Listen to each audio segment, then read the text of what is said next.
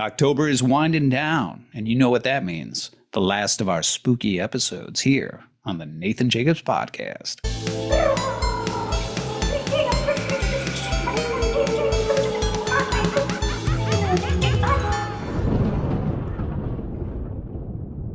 Welcome, everybody. Well, it is October. And as you've noticed here on the Nathan Jacobs Podcast, we have leaned into the spooky ethos of October. We've talked with Father Maximus McIntyre, who worked with Ed and Lorraine Warren, the famous ghost hunters on whose case files the Conjuring movie series is based. We spoke with Jeff Jones, author of Diagnosing Demons, talking about the relationship between mental illness and the demonic. And we also had an episode where my producer, who enjoys torturing me with odd inquiries, decided to throw at me a series of questions that were specifically October themed, Halloween themed, if you will, having to do with, I believe it was werewolves, mummies was the second one, right? And doppelgangers, and asking me philosophical questions related to these classic monsters. Anyway, so we had promised that we would do one more episode before Halloween, wrapped up, before October wrapped up, and here we are fulfilling that promise. In fact, we received a demand. I believe it was Jacob Gray 676. Is that right? Did I get that right? I don't know. Anyway, we received a demand for more content along those lines, and as we said, we do not respond well to demands, but here we are, fulfilling that demand. So do with that what you will. Okay, so what we have is exactly what we did last time, which is that my producer has thrown at me a series of prompts, October-themed spooky prompts, and I will engage in these questions and see what sort of rich philosophical content we can draw out of them. So with that, let's jump on in and see what we got. Okay, first question here, first prompt. Is Halloween, oh, look at that, Halloween right out of the gate. Okay, so is Halloween a pagan holiday? Am I a devil worshiper why am I laughing? Devil worship is no laughing matter. Okay, well, anyway. Okay, so is Halloween a pagan holiday? Okay, I'm not going to claim to be some sort of expert on Halloween, so I'll tell you what I do know and what my personal take on this question is. My understanding is that at least one of the things that I oftentimes hear in terms of the denigration of Halloween as some pagan holiday, the premise of this question is that it is a pagan, I believe, Celtic commemoration of the dead or something like this. That is, I think it's called is it called Samhain? I think is how it's pronounced. It looks like Samhain or something like that, how it's spelled out. But this Celtic holiday, I think it's pronounced Samhain.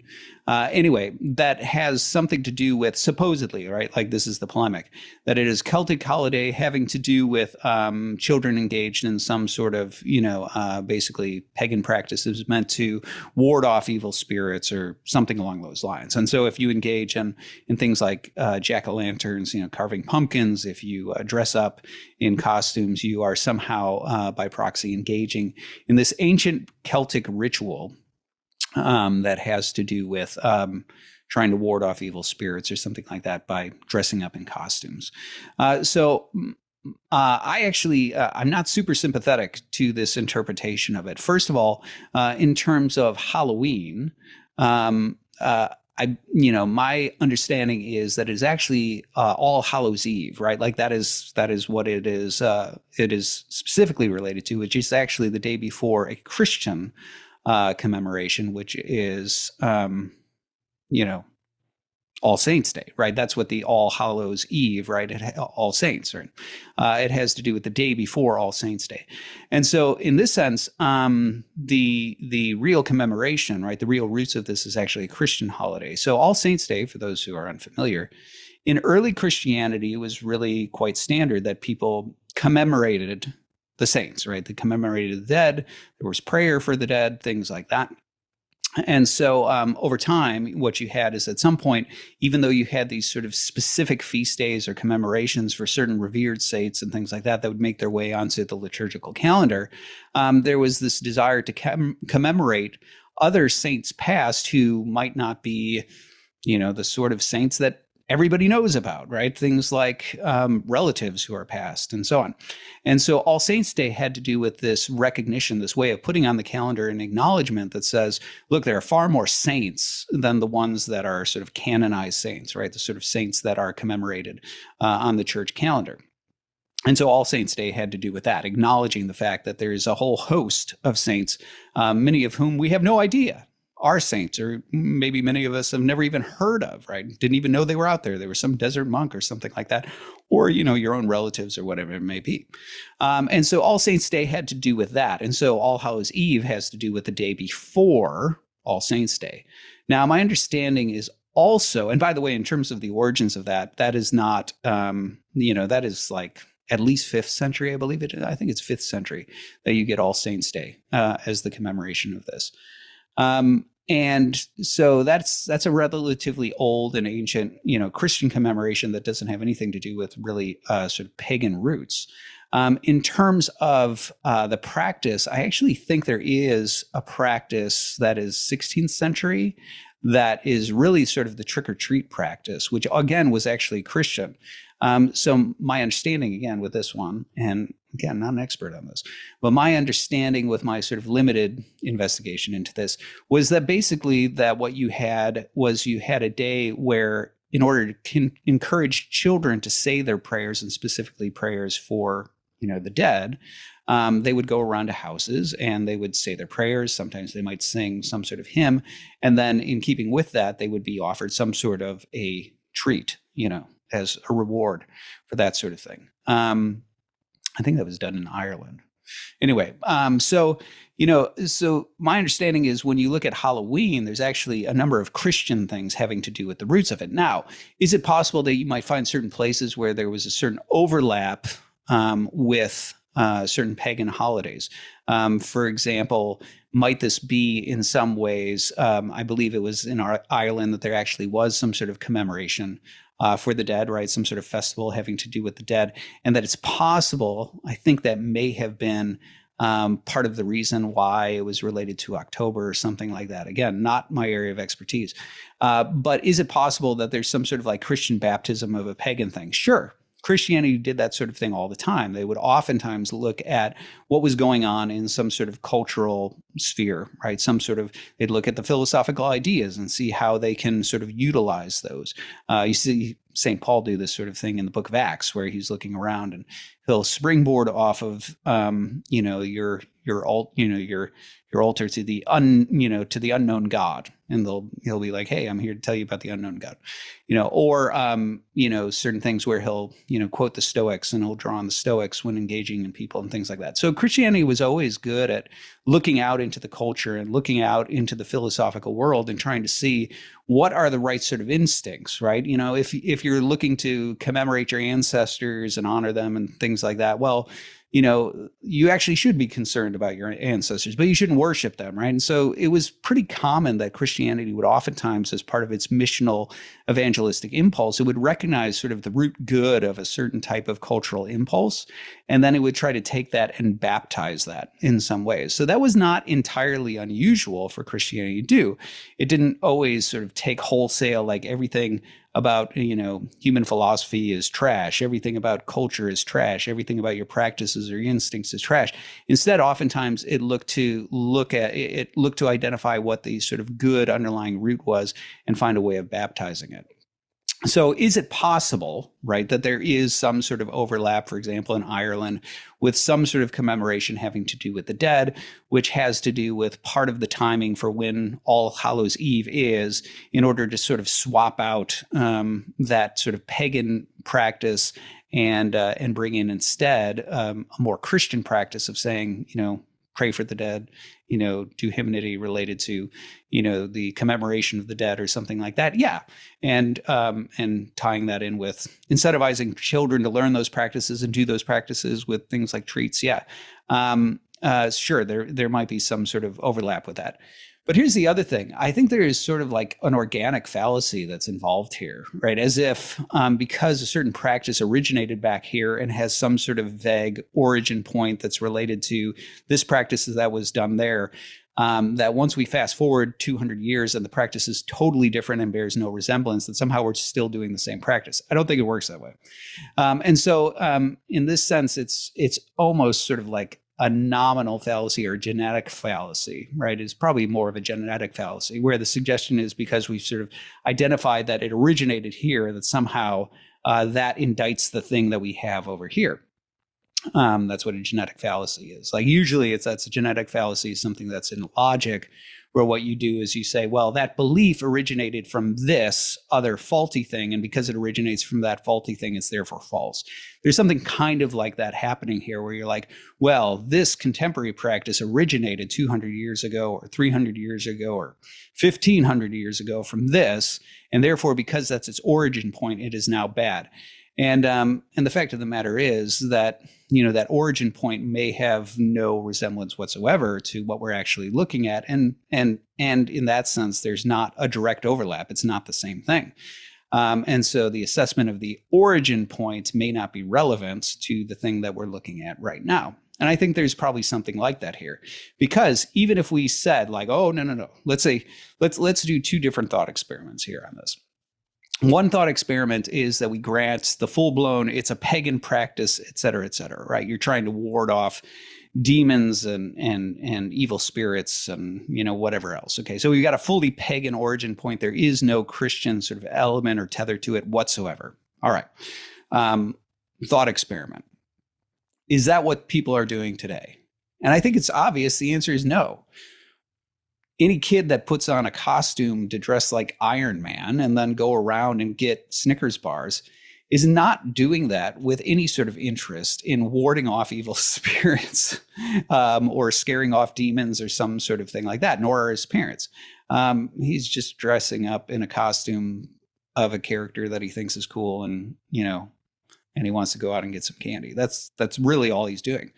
And I think in this sense, even with the defense, where even if we go and we engage the argument and we say, as I did, right, like I actually don't think it is a full-blown commemoration of this pagan holiday. Instead, it's actually got more Christian roots than it does pagan roots, because this has to do with All Hallows Eve. And actually the 16th century practice had more to do with prayers for the dead and hymnody and things like that, and encouraging children to do these Christian practices rather than these pagan practices. Even there, I'm not sure that in itself redeems Halloween, because the fact of the matter is a kid who's dressed up like Iron Man and going around to get a Snickers bar is not praying for the dead either. So when I look at it, the contemporary practice, whatever its origin point was, actually is its own thing that really has no resemblance whatsoever to either the Christian roots or any sort of pagan holiday that may have, feast day or, festival that might have preceded that. And so in that sense, I would say like, no, if you do like to, get dressed up as Iron Man and go get a Snickers bar, like, I don't think you're actually engaged in devil worship. That's all I got. Okay. So let's see what else we got here. Okay. Do you believe in ghosts? Talk about haunted houses. Okay. You got it. Okay. So, I will say, I noticed there's a slightly different framing here with some of these questions than last time. I believe last time I was getting questions like, talk to me about the anthropology and ethics of being a werewolf. These are a little more just sort of like, straight to the point. Do you believe in ghosts? Okay. But we're running with it. Okay. So do I believe in ghosts and talk about haunted house? So this is an interesting thing. One of the things that I've heard oftentimes that, I've heard, when growing up around my Protestant mother, I would oftentimes hear from her or from other Christian sources that there are no such thing as ghosts. Okay. Now, the thing that over time I started to find odd about that is that a ghost is typically, the common understanding of what a ghost is a disembodied human soul.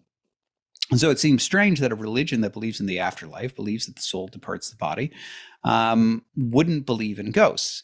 And over time, what I realized was that the more precise sort of Latin Western understanding is No, we believe in ghosts in the sense that we believe in disembodied human souls. We just don't think they're here, right?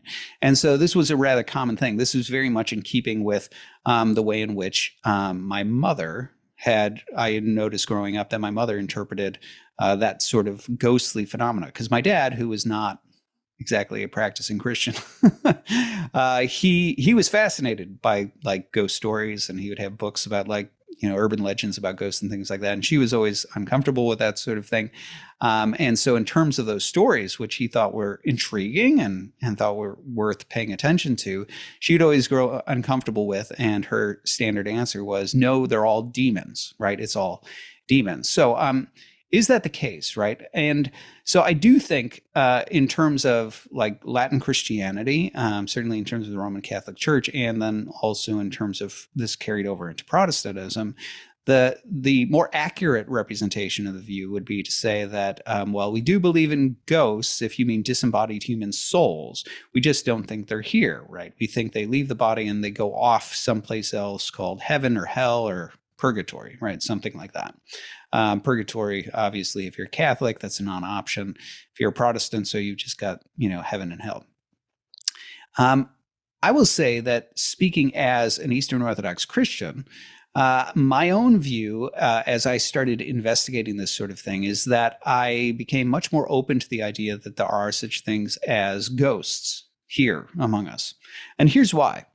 One of the things that, first of all, I had noticed was that the Eastern Church Fathers very frequently would speak about, things like Hades, right, the realm of the dead, or Gehenna, or paradise, in ways that indicated that these were more conditions of the soul than locations, that the locations were in some ways indications of a spiritual state. And so they were in some sense allegorical. This is the sort of thing that I noticed originally, actually, before I was Eastern Orthodox, when I was studying certain things having to do with different ancient views of death and resurrection or immortality or whatever it may be. And I noticed that in looking at Alexandrian Judaism, for example, as well as even looking at certain people like Josephus, I noticed this contrast. On the one hand, yes, you did have certain Jewish traditions recorded, like in Josephus's dissertation on Hades, I think it's called. Josephus's piece on that, he ends up recording sort of the standard, very literal picture of Hades, right? The concept of Hades there. And so he talks about Hades being this sort of subterranean region that the souls of the dead are carried off to. He talked about, the righteous being sort of put over here and the wicked being put over there. And they're sort of ushered there by angels who keep them in check, sort of offering comfort to the righteous and, sort of keeping in check through discipline, or punishments, the wicked. He also then talked about Gehenna, this lake of fire that nobody's in yet because people are cast in there, after the final judgment. So hell, right, in this, sort of very literal Jewish concept, nobody's in hell, right, because that comes after the final judgment. And so he offered this very sort of literal picture. But then what I was interested in is when you looked at Alexandrian Judaism, you started to see people like Philo of Alexandria who spoke in more allegorical terms about the afterlife and these sorts of pictures in ways where they had more to do with spiritual realities. So, for example, Philo of Alexandria kind of mocks that picture of Hades. He says explicitly, like, there's no subterranean region beneath your feet. If you want to know what the realm of the dead is, what the real Hades is, it has to do with the soul bound by the passions, wandering in darkness apart from God, right? So for somebody like Philo, Hades is indicative, the realm of the dead, right? That sort of thing is indicative of a certain spiritual condition of being dead, of being bound by the passions, of wandering in vice, wandering in spiritual darkness and barrenness apart from God. That's what Philo understands. And what I noticed is that this sort of this sort of Jewish contrast that you would see there between these very literal readings and then these sort of more allegorical readings extended in many ways to Latin and Eastern Christianity, that many of the Eastern fathers had a tendency to, like the other Alexandrian Jews, read some of the spiritual realities in the same allegorical way. And that's no surprise, right? The Alexandrian school of thought was highly influential in the Christian East. People like Origen of Alexandria, or Athanasius of Alexandria, right? You had these people who came out of that Alexandrian school who very much approached theology in much the same way. And so when you look at that, you see several different themes that come up again and again that are rather interesting, emerging out of this Eastern patristic school of thought. And I'll name just a couple of them. One, it's interesting if you look at the Alexandrian Jews oftentimes thought, and then this carried over into the Christians, they oftentimes thought that there are intentionally sort of tensions that happen within biblical texts that are meant to awaken you to the fact that the text should not be read strictly literally, right? So there was a certain method that is approaching this that they think it's intentional, that you go, that's weird. And then that dissonance forces you to think in ways that go beyond the literal meaning, right? That the structure there is meant to clue you in, right? That this shouldn't be taken literally. And so there are a couple of interesting examples of this. Like, so for example, Christ, when he's speaking with a thief on the cross, actually says, today you'll be with me in paradise. And yet in the gospel accounts, after he's raised from the dead, he says, I haven't yet ascended to see my Father. So that raises this question, well, what on earth happened, right? How is it that he hasn't ascended to see his Father, and yet the thief is with him today, right? Today he's with him in paradise. And the way you see Chrysostom, for example, John Chrysostom reads this, I believe it's in his homily, like the cross and the graveyard. He talks about this, he talks about the fact that Christ himself is paradise, right? To be with Christ is to be in paradise. And so Christ descending into Hades, entering the realm of the dead, which he would do just by virtue of leaving his body, right? He goes where dead people go. By entering the realm of the dead, transformed the realm of the dead into paradise. And this was a consistent theme, incidentally. If you're unfamiliar with this in the Eastern Church Fathers, they oftentimes thought that, what the incarnation does is that the Son of God, who has life and immortality and incorruption in himself and holiness, he enters into these things that are dying and brings life to them. He enters into things that are unholy and he makes them holy, right? He sanctifies them. His entrance into them is meant to transform them. This is, for example, the background of holy water, where the idea is that the baptism of Christ is where waters are typically meant to wash us and make us clean. In this sense, Christ, by descending into them, actually defeats, the demonic powers that were oftentimes associated with the demonic, with the chaotic waters, crushing the head of Leviathan and communicating holiness, right, to the waters. And so every year, the baptism of Christ, a theophany, referring to the revelation of the Trinity there, because the Son of God is descending and the Son of God is being baptized, the Spirit is descending, the Father is speaking from heaven.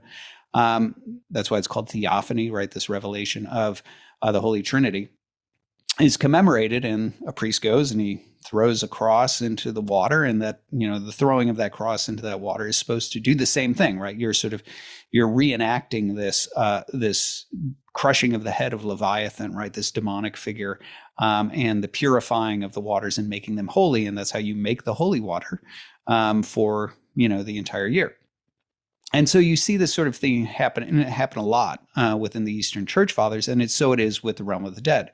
You could go to my Substack and read a 2-part thing that I did on Christ's descent into Hades. Anyway, I talk about the Eastern and the Western views of that.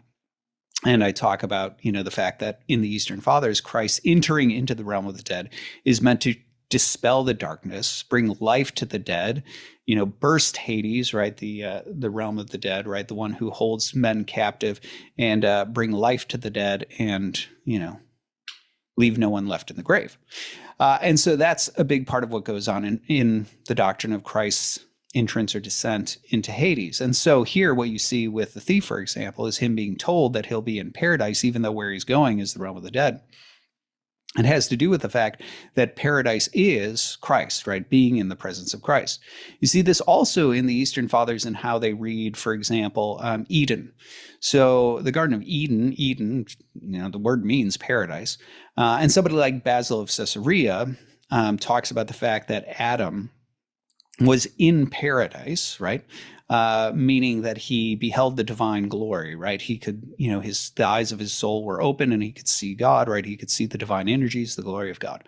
And so what Basil also says in one of his homilies is he says that Adam was immediately out of paradise when he sinned. Why? Well, his feet were in the same place. It's because the true paradise of Eden didn't have to do with trees, it didn't have to do with plants.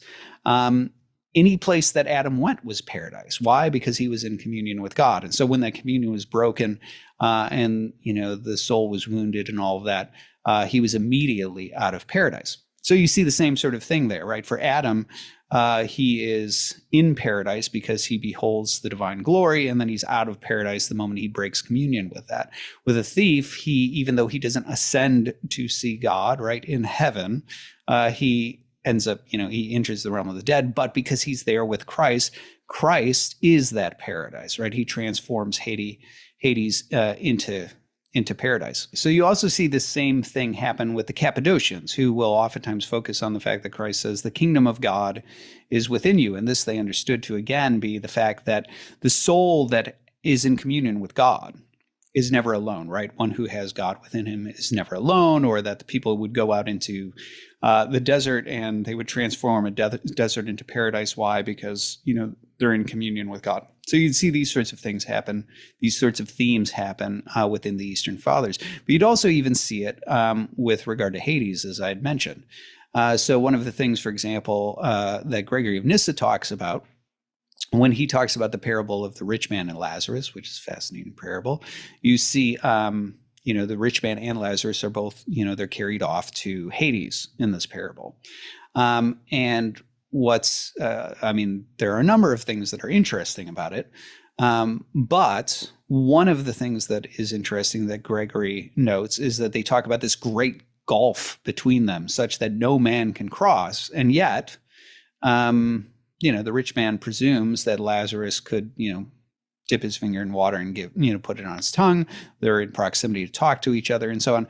And so Gregory of Nyssa interprets this great gulf, right, this great gap between them that no man can cross, as the infinite gulf between, the righteous and the wicked, between virtue and vice, between, the torment of virtue and, comfort and things like that. That the comfort that, Lazarus is receiving at Abraham's bosom. So this is one of the things that happens again and again in the Eastern Fathers. And in keeping with that, when some of them get pressed on the literal question of, well, where are they, right? Where is Hades? Where is Gehenna? Where is, paradise? There tends to be this, this disposition to say that that's almost a matter of indifference. You can see this, for example, in the dialogue, Gregory of Nyssa's dialogue with Macrina. And so in the dialogue, this is an interesting dialogue if you're unfamiliar with this. Basil of Caesarea, who is Gregory of Nyssa's brother, had died. And Gregory is sort of despairing. And he's starting to doubt. He's like, maybe Basil is gone, and maybe the hope of the afterlife is in vain, and all this sort of stuff. And Macrina, his sister, who both Basil and Gregory identify as like the true philosopher, they both revere her. Basil of Caesarea, incidentally, she studied philosophy in Athens, and I think Gregory actually is like, he was a little full of himself when he got back. But Macrina put him in his place, right? It's like, so Macrina is this, they're like, she's the real Socrates. Anyway, so in on the soul and the resurrection, what happens is she's like, okay, you're worried that like Basil's gone. Okay, let's do this. You go ahead and you give me everything you've got in terms of your pessimistic, cynical, skeptical case, and I'll play your dialogue partner, and we'll see what truth emerges, what side truth is on. And so that's what this dialogue about the soul and the resurrection is. And it's interesting because at one point in there, Macrina actually identifies, she makes this point that says, well, she does a reductio ad absurdum with the idea that Hades is under the earth, right? Is the subterranean region under the earth. And her argument is interesting because she first of all identifies the fact that souls are, aerial spirits, that the dwelling of the place is of souls or of spirits, is the air. And this is actually pretty standard, right? You and I are terrestrial entities, meaning we have bodies that are, glued to the earth, right, so to speak. Whereas spirits do not, right? They do not have fleshly bodies, and so they float in the air, and they literally meant, the air around us. And so when spirits are referred to, or angels are referred to as aerial spirits, right? Or demons are referred to as aerial spirits, like in hymnody or things like that. That's what they're talking about. They dwell in the air. And so Macrina ends up pointing out that, well, if Basil's soul has left his body, or if, then the dwelling of spirits is the air. And she says, and the earth is a sphere.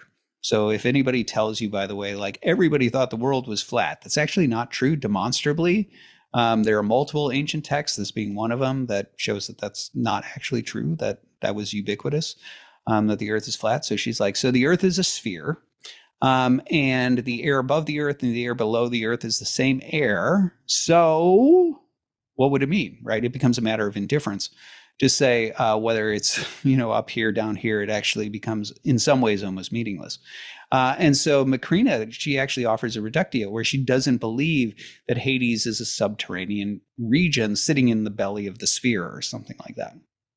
And so all of that's to say is that even though the church fathers and scripture and hymnody will oftentimes use these pictures having to do with, paradise or Hades or Gehenna, that these pictures are all understood to be, well, exactly that, pictures. I mean, just take, for example, Hades in the Eastern tradition.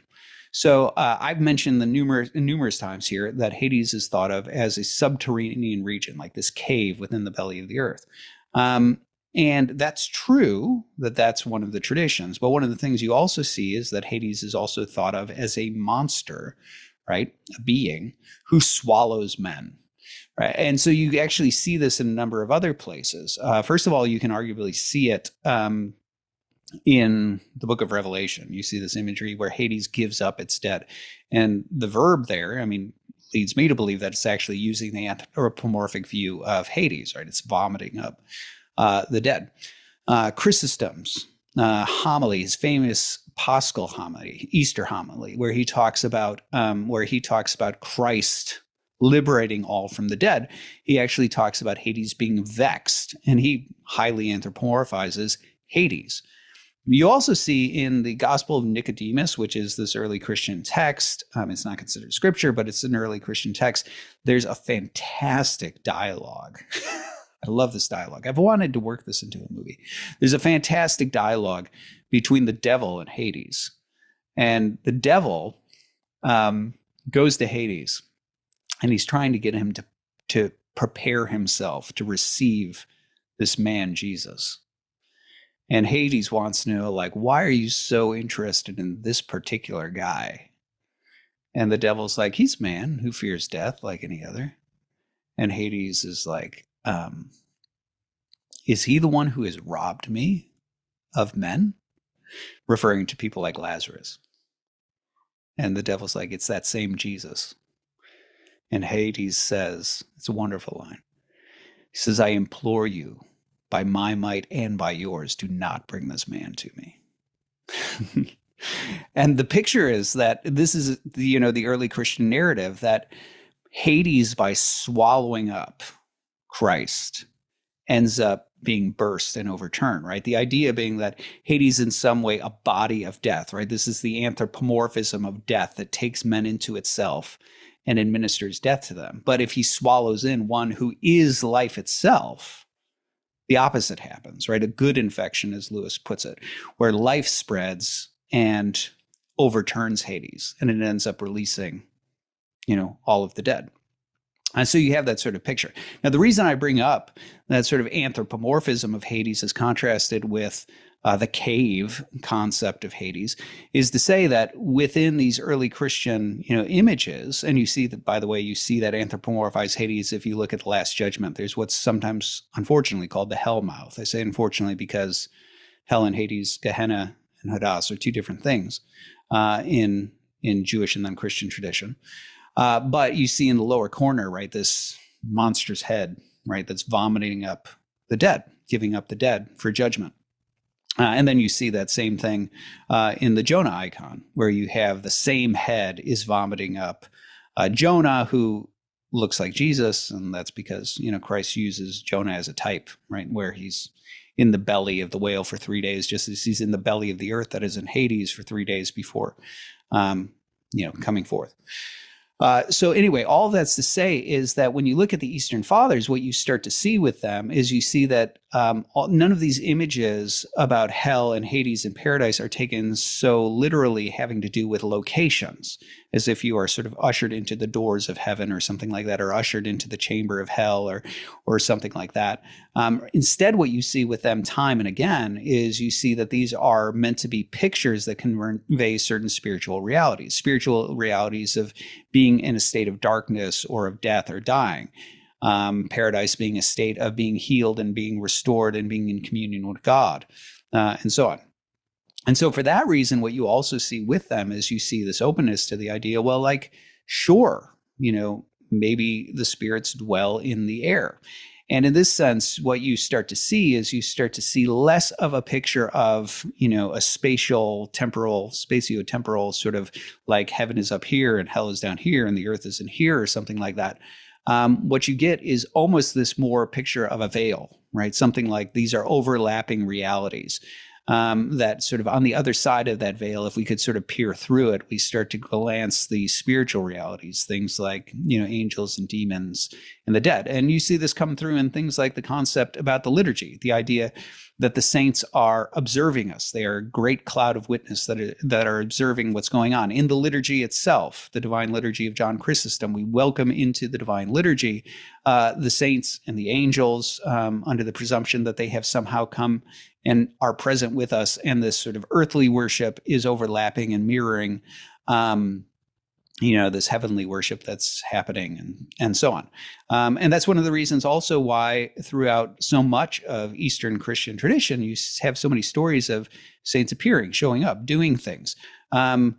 They are, God is not the God of the dead, but of the living, right? They are present. They are observers. They are proactive agents in the world. They occupy the same world that we do. So all of that is to say, when I look at that sort of thing, I'm not convinced that encounters with spirits necessarily mean that you have encountered something that is inherently demonic.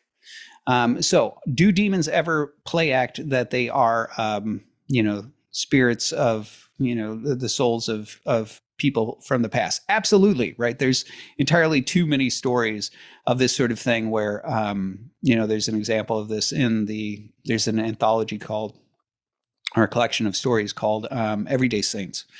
And there's this one story about sort of a post-Soviet group of fellows who are starting to explore all sorts of things that they previously couldn't explore. And one of those is the occult.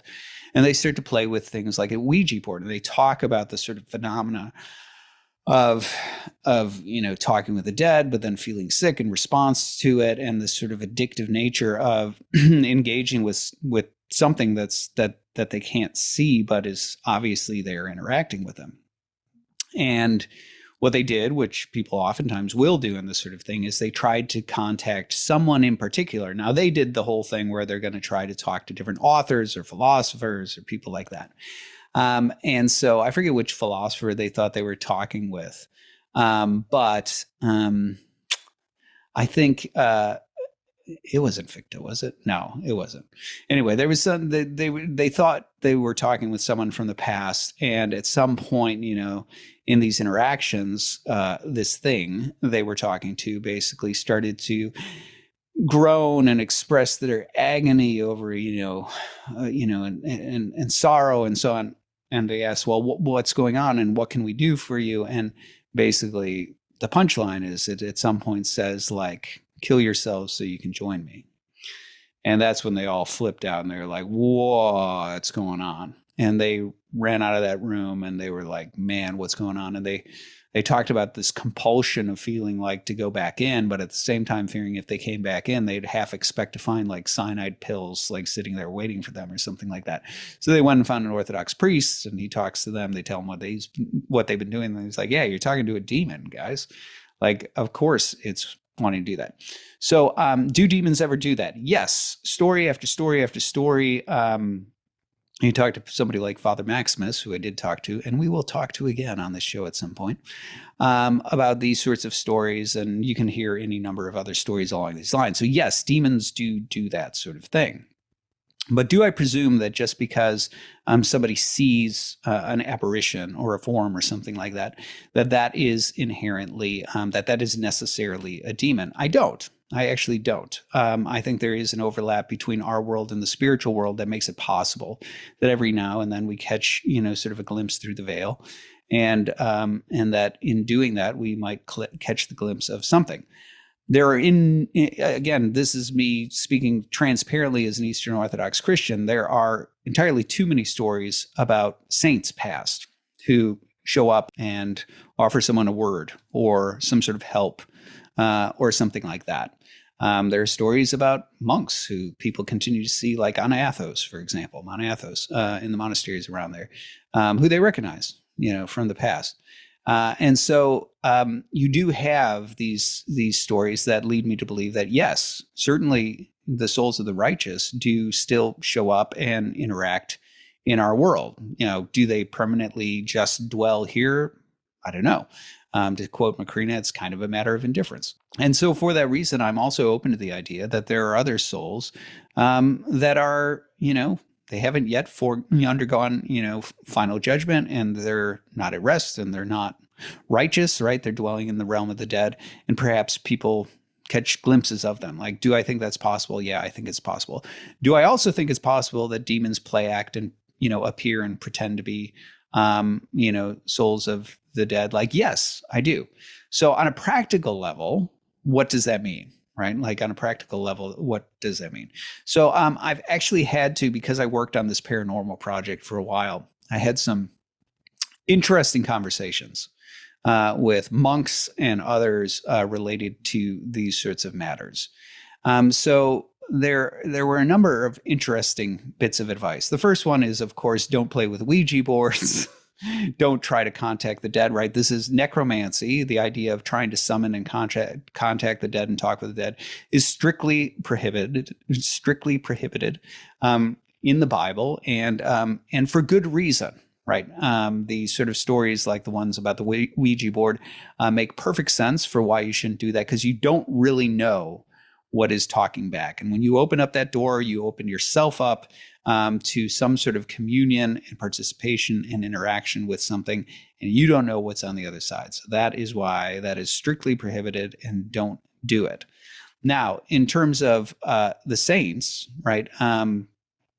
In terms of the saints, again, speaking as an Eastern Orthodox Christian, I do believe in prayer to the saints. And you can go to my Substack. I have actually a piece on prayer to the saints if you wanted to read sort of my defense and discussion of that. So I do believe that sort of thing, but that's not Ouija boards, right? You're not asking the saints to come and talk to you. You're not having those sorts of conversations with them. Now, do the saints ever interact with people? Yes. I know of stories like this in my own life and the lives of other people.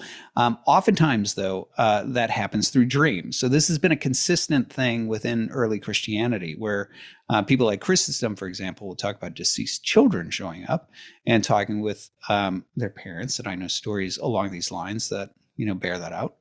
But also, oftentimes the saints will show up and, speak to somebody in a dream as well.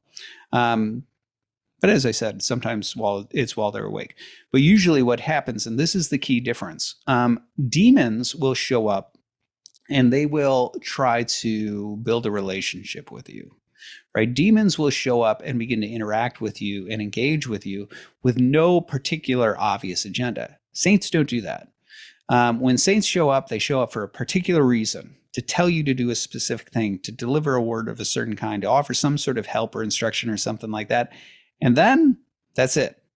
Demons, on the other hand, have a tendency to sort of build this odd rapport. And the reason is because there's a long game. There's actually one story that I'm particularly fond of that illustrates this well. There was this monk who he desired to be a hermit, if I'm remembering correctly. And his abbot was like, no, you shouldn't be a hermit. You should be, sort of with the other brethren. But he was a disobedient monk, strong-headed. So he ends up going and doing his hermit thing. And one day he experiences this thing where he hears off in the corner, something, right, chattering over there, whispering, and he asks it to show itself. And it's, what appears is, seems to be an angel. And the angel begins to talk to him and sort of appeal to his pride and talk about how he's been chosen, that God wants him to, to focus on his study of Scripture and engage in, writings and things like that related to that. And as far as prayer goes, like the angel will take over that task, right? So, so he should focus on his study, and the angel will do the praying for him. That's your first red flag there. Anyway, so this guy begins to focus largely on study. Now his study is almost entirely of the Old Testament. Actually is entirely of the Old Testament. And then this thing that stands there in the corner and like mutters, right, starts to point out certain things where he's like, oh, do you know what that means? Do you know what that refers to? That object still exists. Do you know where it is, right? And so this guy starts to get all of this sort of weird, esoteric, cryptic knowledge. And so people start to hear about him and about all this. And everyone's kind of like, where are you learning this stuff? And at some point, the monks, he reveals to the monks that like, yeah, there's this angel that does this thing. And that's where they're like, there's an angel that is telling you not to pray and is giving you weird cryptic knowledge. And sure enough, they're like, we're going to do an exorcism. And sure enough, they do the exorcism, and lo and behold, yes, this angel, reveals itself to be a demon. It goes away. And the guy sort of loses all of his weird cryptic knowledge. They also had, I think in the story, he also couldn't remember anything about the New Testament either. Right. So anyway, there was sort of this weird stuff that happens. And anyway, the story, obviously the point of the story is to tell you like that demons have this tendency to show up in order to try to build a rapport or build a relationship. And again, in looking at paranormal cases like with Father Maximus, I saw this time and again, right? This sort of pattern that would happen where people would just encounter something. And the encounter is initially just some kind of encroachment that's trying to get your attention, trying to draw you in, trying to get you to interact. And it's not obvious what its game is. And so in this sense, what you see is that the focus of, the wisdom given by people like the monastics and others is to say, like, first of all, in terms of spirits, right, your main job is to engage in prayer and to worship, and things like that. You can covet the prayers of the saints and things like that. But you're not building, dialectical friendships with them where they're showing up and you're, having conversations with them. If they do manifest, they tend to manifest for specific reasons to, make specific instruction or offer specific help. And any sort of other spirit that is either interrupting you when you pray, that's another theme that comes out in a lot of these stories, or just seems to want to slowly build a rapport with you, is probably something that's not good. And of course, there are these other practices having to do with, invoking the name of Christ or whatever it may be. It was interesting. I remember the first time I was talking with a monk about a wonder-working icon, an icon that exudes myrrh. And I was like, well, what do you do like with a myrrh streaming icon? And I was asking like, actually, like, do you still venerate it? Are you not supposed to touch it? That's more this was all new to me at the time. And I remember his response was, well, what we do, and he actually gave the procedure for thinking that what I was asking, what do I do if one of my icons just starts miraculously crying or exuding myrrh or something like this? And his response was, well, what we do, interesting answer. He said, what we do is we clean it off. We do prayers of exorcism over it, and then we put it behind the altar. And then if it continues to, stream myrrh, then we presume it's a miracle. And if it doesn't, then we presume it's a demonic deception, and we just move on. It's like, oh, that's what you do.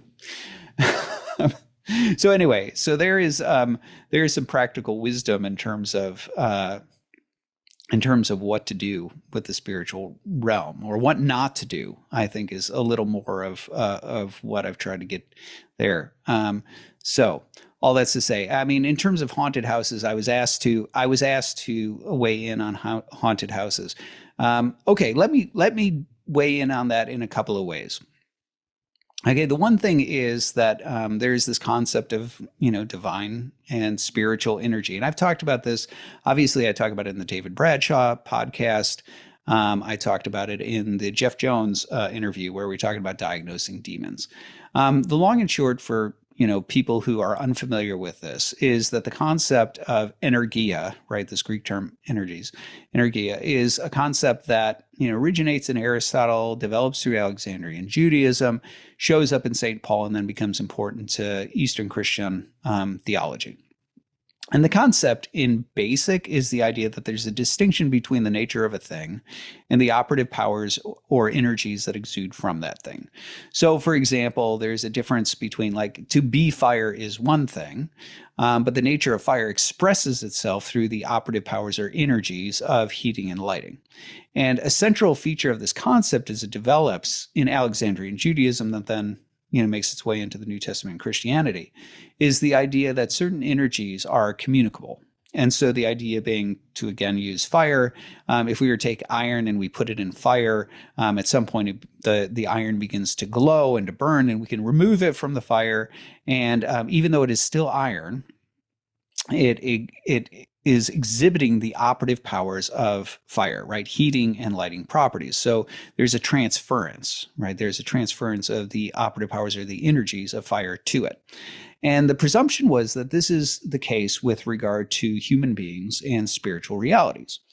The idea being that the operative powers of God, right? The energies of God are something that are communicable to the icons of God, to angels, and to human beings, that we as icons of God are able to participate in the attributes of an archetype. And this was just basic assumptions regarding how images and archetypes work together, that an image is something that, participates in, is susceptible to the attributes of the thing that it images, right? And so you and I and, angels are beings that are reflective of the spiritual and intelligent and rational noetic nature of God. And for that reason, we're susceptible to divine energies in a way that is unique, different than plants or animals. And so as icons of God, being receptible to God, we too can start to participate in divine energies similar to the way iron participates in the energies of fire, and that there is a certain transference that's possible. So this was part of how spiritual realities were understood, such as demoniacs, right? Thinking of negative examples. Why is it that a demoniac is capable of having secret knowledge that it shouldn't have about a person? Is it just that a demon's there whispering in his ear, or is it that somehow participating in some sort of dark energy, some sort of dark knowledge that the demon has?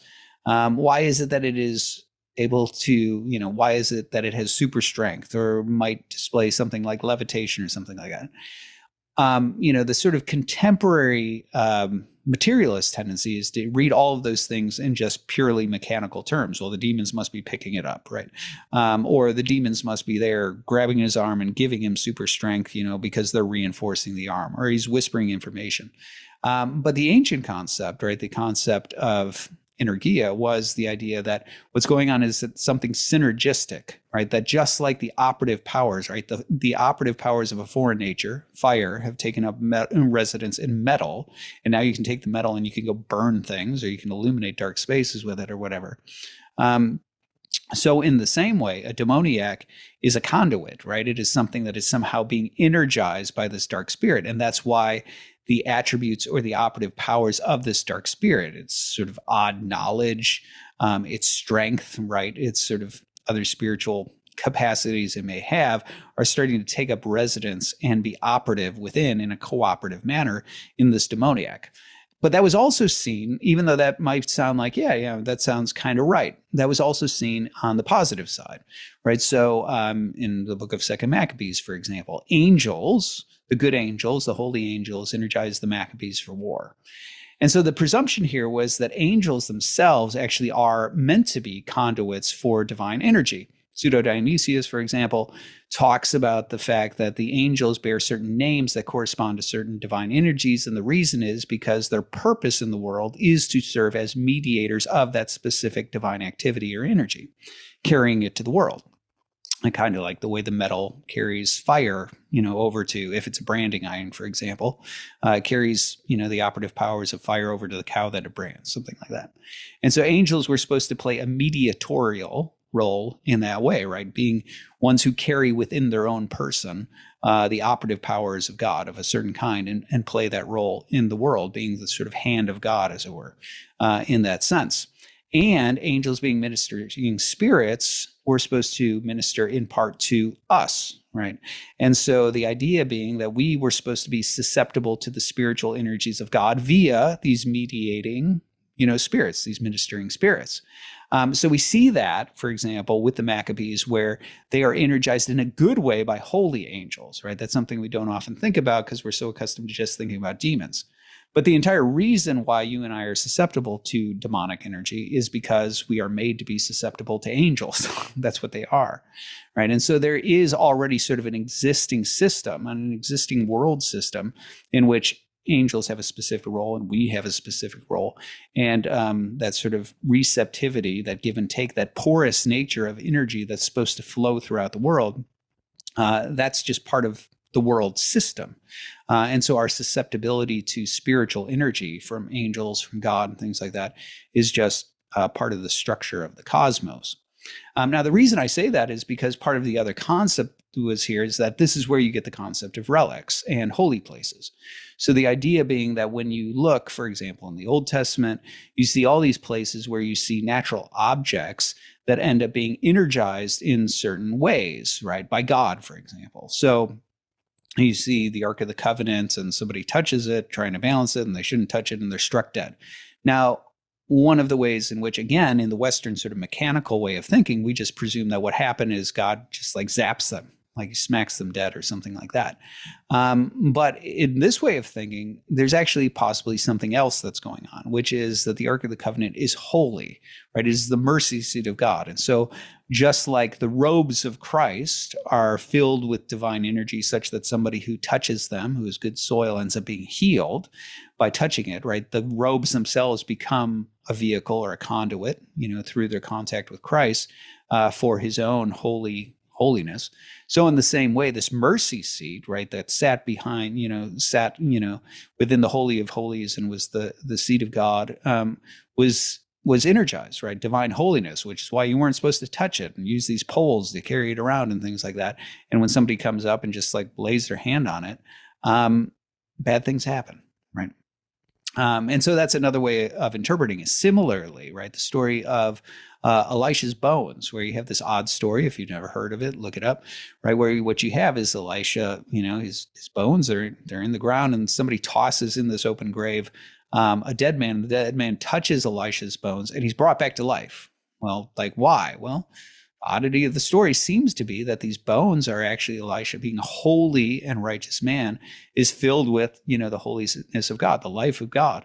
And so just like Elisha or Elijah end up being these conduits for divine miracles, so their bones, right, which is still them and part of them. See the mummies episode, are still them and part of them has, this operative power of God within it, such that so much so that it ends up bringing this guy back to life. And so this became the concept of holy places, people, things. The idea that the receptivity to divine energy isn't just limited to rational beings, but in some ways the material realm, it's supposed to sort of rub off, so to speak. And so that's where you get the concept of holy people, right? Their bodies being these sort of vessels for these vehicles for holiness. That the garments of holy men, like in the case of Christ, that have touched his person are in some ways made holy through contact there. That holy objects that are blessed and set apart, right? This is sort of thing you see in the tabernacle, where the parts of the tabernacle are just sort of made by artisans, and then they're laid out and Moses blesses them, and then the glory of God descends and God touches them, and now they're holy, and now they need to be handled in a certain way. That's not just sort of ritualistic, where they're holy in the sense that we just decide that we're not going to handle them in a common way, but they are common. The concept there was the idea that there has been a transference, something ontological has transpired. God has touched them and communicated his own holiness, which is a substantive reality, an energy of God. He has communicated that to those objects so that they now participate in or are vehicles for that holiness. And so that's sort of the concept of spiritual energy, right?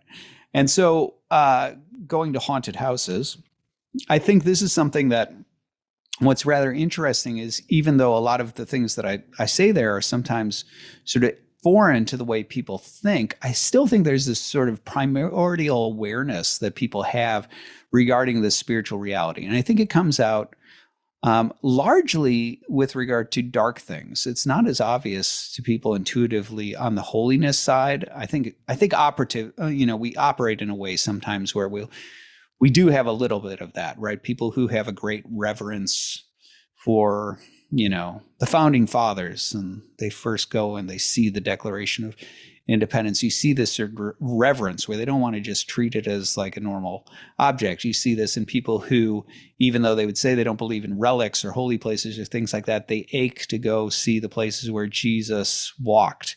And, and why? Well, because it's almost like they feel like maybe there's some residue of it there, right? Now they might backtrack and say, no, I mean, it's just historically association and things like that, and try to explain it. But at this more primordial intuitive level, on the level of intuition, they sort of have this instinct, this impulse to say that there's something there, some residue, some resonance that's there. But where people really feel it, it tends to be actually in the dark stuff.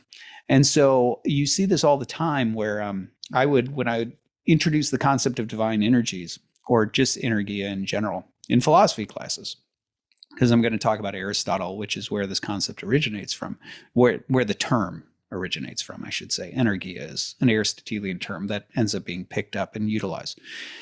When I teach on that concept, where I'd begin is I'd do this thought experiment with my students, and I'd say, well, imagine that you bought, imagine that you just bought a house, exciting day, yay, new house, we're exploring, we discover you have an attic, and we haven't been up in the attic. Let's go see what's in the attic. And you go up there and you find a satanic altar, and you could just, like, all the air gets sucked out of the room.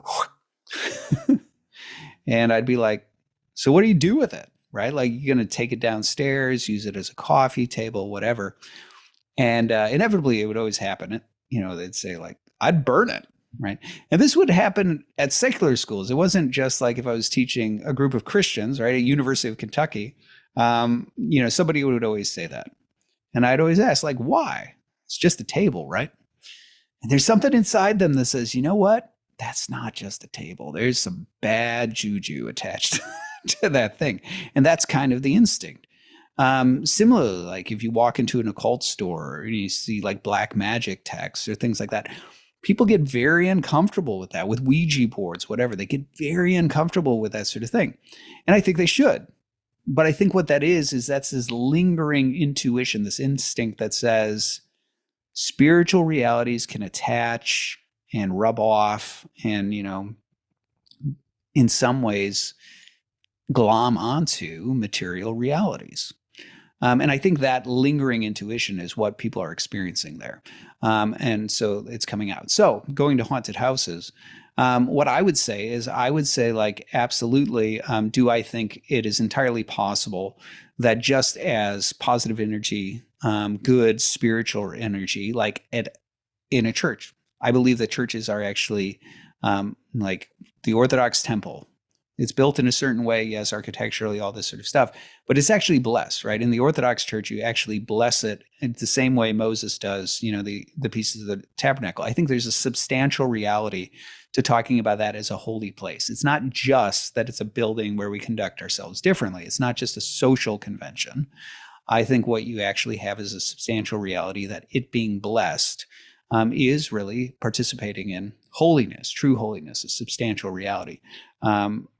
The energies of God. And so do I think it's possible that you can also have dark spiritual energy that is attached to place, demonic spiritual energy that is attached to place? I think the answer is absolutely yes. And I think this is one of the reasons why people just get very uncomfortable with the idea that like people were murdered here, right? If they're like, this is a house where somebody was murdered, you actually have to disclose that sort of thing. And I think one of the reasons, or at least in some states you do, I shouldn't pretend that I'm an expert. I don't know real estate law. In the comments, do you always have to disclose it? I don't know. I know there's a weird clause, I think it's in New York, that you actually have to disclose if you think a house is haunted. Anyway, I heard stories about that. Anyway, that's definitely comment material. If you know about that, weigh in. But anyway, the point is that folks grow very uncomfortable with the idea that a family was murdered here. And I think part of that isn't just, I don't think it's just memory. Like, I'm uncomfortable that it happened here. I think what it is it's partially that we recognize that murder is such a dark thing that we intuitively recognize people who have gone down the road of murder, like murdering your own family or something like that, that there is probably something so dark and demonic involved that that's not just any old act, right? And so I think there is a tendency to expect that there is some sort of dark energy attached to that, whether it's demonic or whether it's, the sort of tortured souls of the people or things like that. I think we recognize that that's not just an ordinary act. Right. And so I think the intuition is to say, just like when we encounter, say, a satanic altar and we're like, that's not just a table. There's like dark attachments. There's something not right. I think we have an intuition that says like certain houses are that way. It doesn't have to be that somebody was murdered there. Candidly, I believe the house I grew up in is haunted, and I could tell stories that lead me to believe that. As far as I know, nobody's ever been murdered there. And I have some suspicions of where the attachments come from, but that's a totally different story. The point is this, just like we recognize that, there can be dark spiritual attachments to objects or like an altar or to a Ouija board or to a black magic text. I think so it is that there can be dark attachments to a place, to a home, to things like that. In terms of what do you do about that? Well, I can tell you what the Orthodox procedure is. You bless the house. All right. So it's a common thing within the Orthodox world that your house is supposed to be set apart as sort of like a holy place. And so for that reason, every year following after Theophany, when you've, done the holy water ritual that I talked about, right? You've blessed the waters for the year. You've done the water blessing. People will tend to schedule house blessings where the priest comes along and he blesses the house. And that's standard. Like most Orthodox people end up having house blessings and do that. But if you actually look at, I believe it's in the Book of Needs, there are several different sort of house blessings. And there's the standard house blessing. There's one for a house, troubled with evil spirits, I believe it is. And then I think there's like a full-blown exorcism one. And I know, both in my own experience back when I was working on that horror project, and then other people I know who have had problems in their house where there seems to be really obvious dark, spiritual demonic stuff. The procedure has tended to be bring in a priest, right? Bring in a priest to go ahead and not just do an ordinary house blessing, but do this, sort of, a blessing for a house that's troubled with evil spirits. And all of my experience says it works, right? The stuff stops. So there you go. There you go. We got houses, haunted houses and ghosts. Hopefully that was worth the price of admission. Okay, what else do we got? And how long have I been going here? How much longer do we have? Okay, let's see what we can get through. Aliens. Oh gosh. Aliens, real, fake, or demons? Okay. I actually do want to do a couple of different episodes related to aliens. So we'll do a little bit of a teaser here. I will say this. I think one of the things that's intriguing about aliens, and I've talked about this, I think I talked about this in episode 2, my episode 2 on the nuns, right? So I do think it's rather interesting that there is this burgeoning tendency amongst the religiously unaffiliated in our culture to desire some form of re-enchantment. And I talked about this in my research on the religiously unaffiliated. I talked about how the majority of the religiously unaffiliated, or nuns, this is N-O-N-E-S, right? People with no religion, right? No religious affiliation, not Catholic or Orthodox nuns. I did a documentary on them, and I studied this demographic. I interviewed this demographic. And one of the conclusions I came to is that the majority of the religiously unaffiliated, the majority are not atheists. Like 90% are not atheists. Only like 10% are atheists. And most of them do carry certain beliefs, interestingly, harking back to our, sort of mention of ghosts and things like that. Many of them, actually most of them, believe in ghosts. In fact, 100% of the ones that I interviewed, even the atheists, were like, oh man, my apartment's haunted. Like, I totally believe in ghosts. Ghost hunter shows. I'm a sucker for it, right? I talk about that in the religiously unaffiliated episodes. But I think what's interesting is that with a lot of the religiously unaffiliated, they do have these sort of spiritual intuitions, right? They do believe that the world is a spiritual place. Now, what exactly that means, it's a little ambiguous, but I think what it means for a lot of them is that they have certain spiritual feelings. They feel the world is meaningful. They don't think it's random, just sort of chaos, matter in motion with no purpose. They think there are certain spiritual and principles at work, like that what goes around comes around, all sorts of things like that. I talk about the contours of religious, inclinations or intuitions amongst the religiously unaffiliated in those episodes. But and I think with that, one of the things that happens though is that there is this desire, right, this burgeoning search for spiritual meaning, right, some sort of spiritual encounter. And here I also talked about in those episodes that one of the things that the nuns or the unaffiliated will sometimes talk about is they'll claim that one of the things that drove them away from religion was the problem of evil.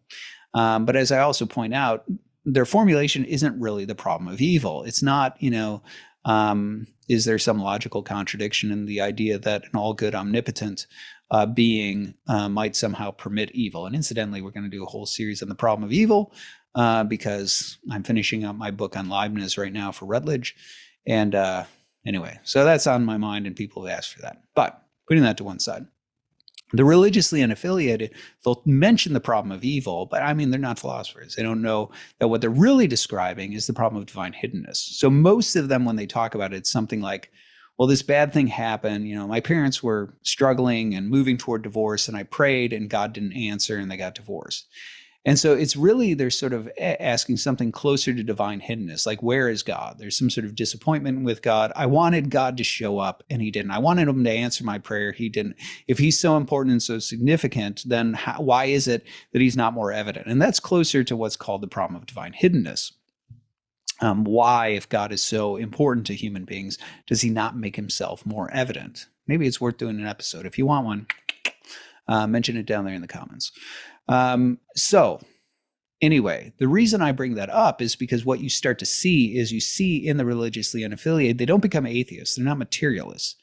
They still have a spiritual hunger, but with this disappointment for God, one of the things they move toward is they actually move toward the paranormal and the occult. And I noticed this time and again with them. It was a very odd thing. And sociologist Clay Rutledge talks about this. He did a whole study on this. I encountered his work after I'd done my study of the nuns, and I realized this pattern. I was like, am I crazy, or is this like really happening? It's just my weird sample. And the answer is no, it's not my weird sample.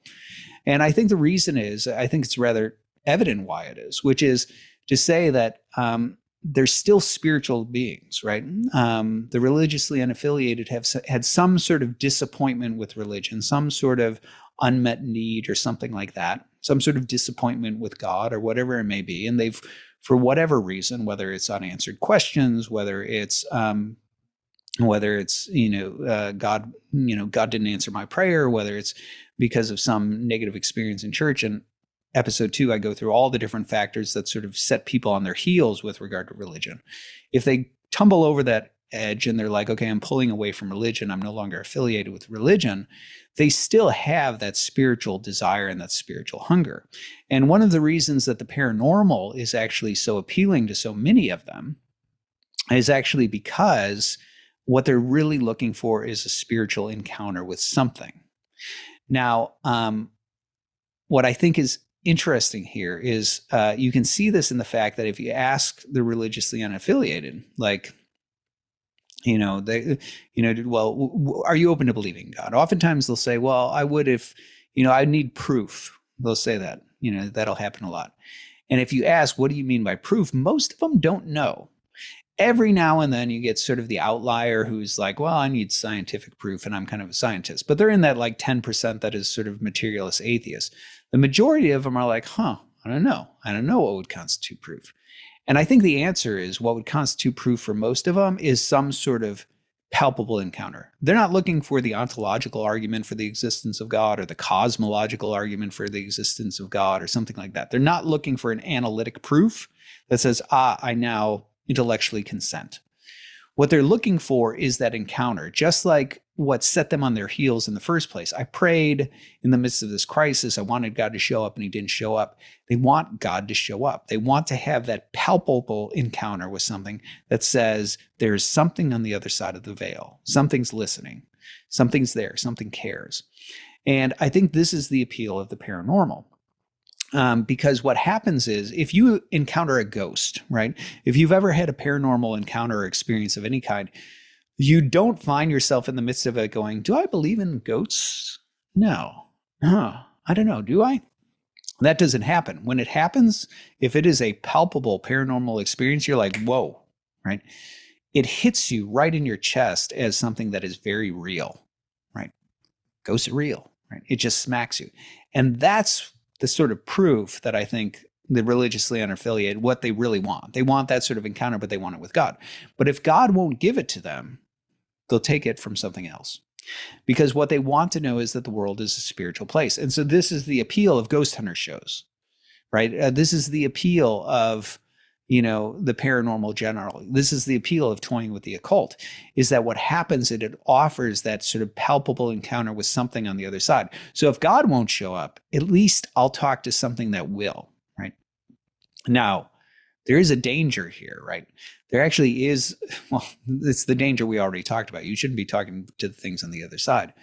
But it also goes to that difference that I mentioned between how saints and demons interact, right? And I mentioned that saints only show up for specific reasons. They do it for a specific reason and then they're gone. And in a similar way, notice that, with God actually demands things of you in order to pursue him. You can't just approach him, if you're really going to pursue God, right? There's supposed to be repentance, right? There's supposed to be purification. There's supposed to be some sort of effort to move toward him. To have the sorts of experiences that mystics and things like have takes fasting and prayer in pursuit of God. Demons don't demand that. They don't care. They don't care about any sort of precondition. You don't have to change your life. You don't have to repent. And in fact, as far as they're concerned, it's better if you don't, right? And why? Because they're interested in the destruction of your soul. And so this is sort of a basic contrast, right? In our world, the way our world is structured, the things that are easy are always the things that are most destructive, and the things that are most rewarding are the things that are most difficult, right? It is a lot easier to get out of shape and obese than it is to get jacked, right? Because to get jacked, you have to actually You actually have to be very disciplined in how you eat and how you work out. It's very regimented. It requires consistency. It's an uphill battle. Whereas just sort of, conceding to laziness and conceding to every whim of, your stomach or whatever is, that's pretty easy to do, right? That's the path of least resistance. And so in the same way, in the spiritual realm, it is actually, in order to pursue God, that is the uphill climb, right? That is the thing that requires effort. Whereas the downhill, slope of the demonic, that is the path of least resistance. And so the irony is, in this desire for some sort of spiritual encounter, what you end up finding that demons are happy to accommodate. If all you want is some sort of thrill that lets you know that there's something on the other side, right? They'll happily accommodate you. You want to get a Ouija board, you want to, go to a seance, you want to do these sorts of things. Yeah, they'll accommodate you. But their interest is in your destruction.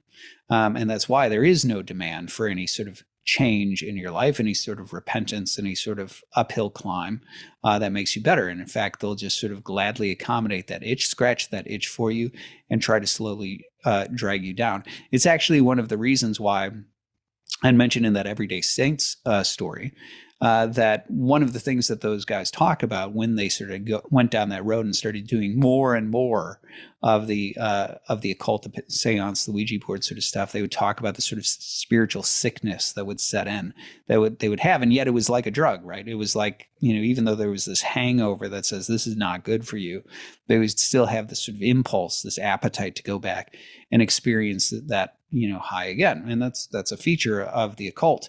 And Clay Rutledge actually documents this. Part of what he's documenting is the fact that part of what the nuns are driven for is a pursuit of meaning. And there's actually an inverse relationship, that the deeper you go into the paranormal and the cult, the less meaning you experience. Well, that shouldn't be surprising. If the demons are a spiritual vacuum, right, the deeper you go into that vacuum, the more empty, right, the less full, the less meaning you should experience, which is exactly what Rutledge's study, found in terms of the pursuit of the occult, which is one of the reasons why people tend to burn out on the occult and then get involved in political activism, right? That's kind of one of the driving forces of leftism. If you want to hear all about that, that's in the second episode on the nuns. Anyway, so why are you talking about this, Dr. Jacobs? We asked about aliens. Okay, let me explain. Now let's back our way into aliens. So something that I've found rather interesting is I've found interesting the ways in which the growing interest in aliens has taken on sort of this spiritual contour, right? So there's this interest, this desire for a sort of re-mythologized world, right? Some sort of mystical, magical. I don't want to live in the world of the mechanical philosophy where it's all dead matter, and that there are no mysteries, right? There is no magic to this world.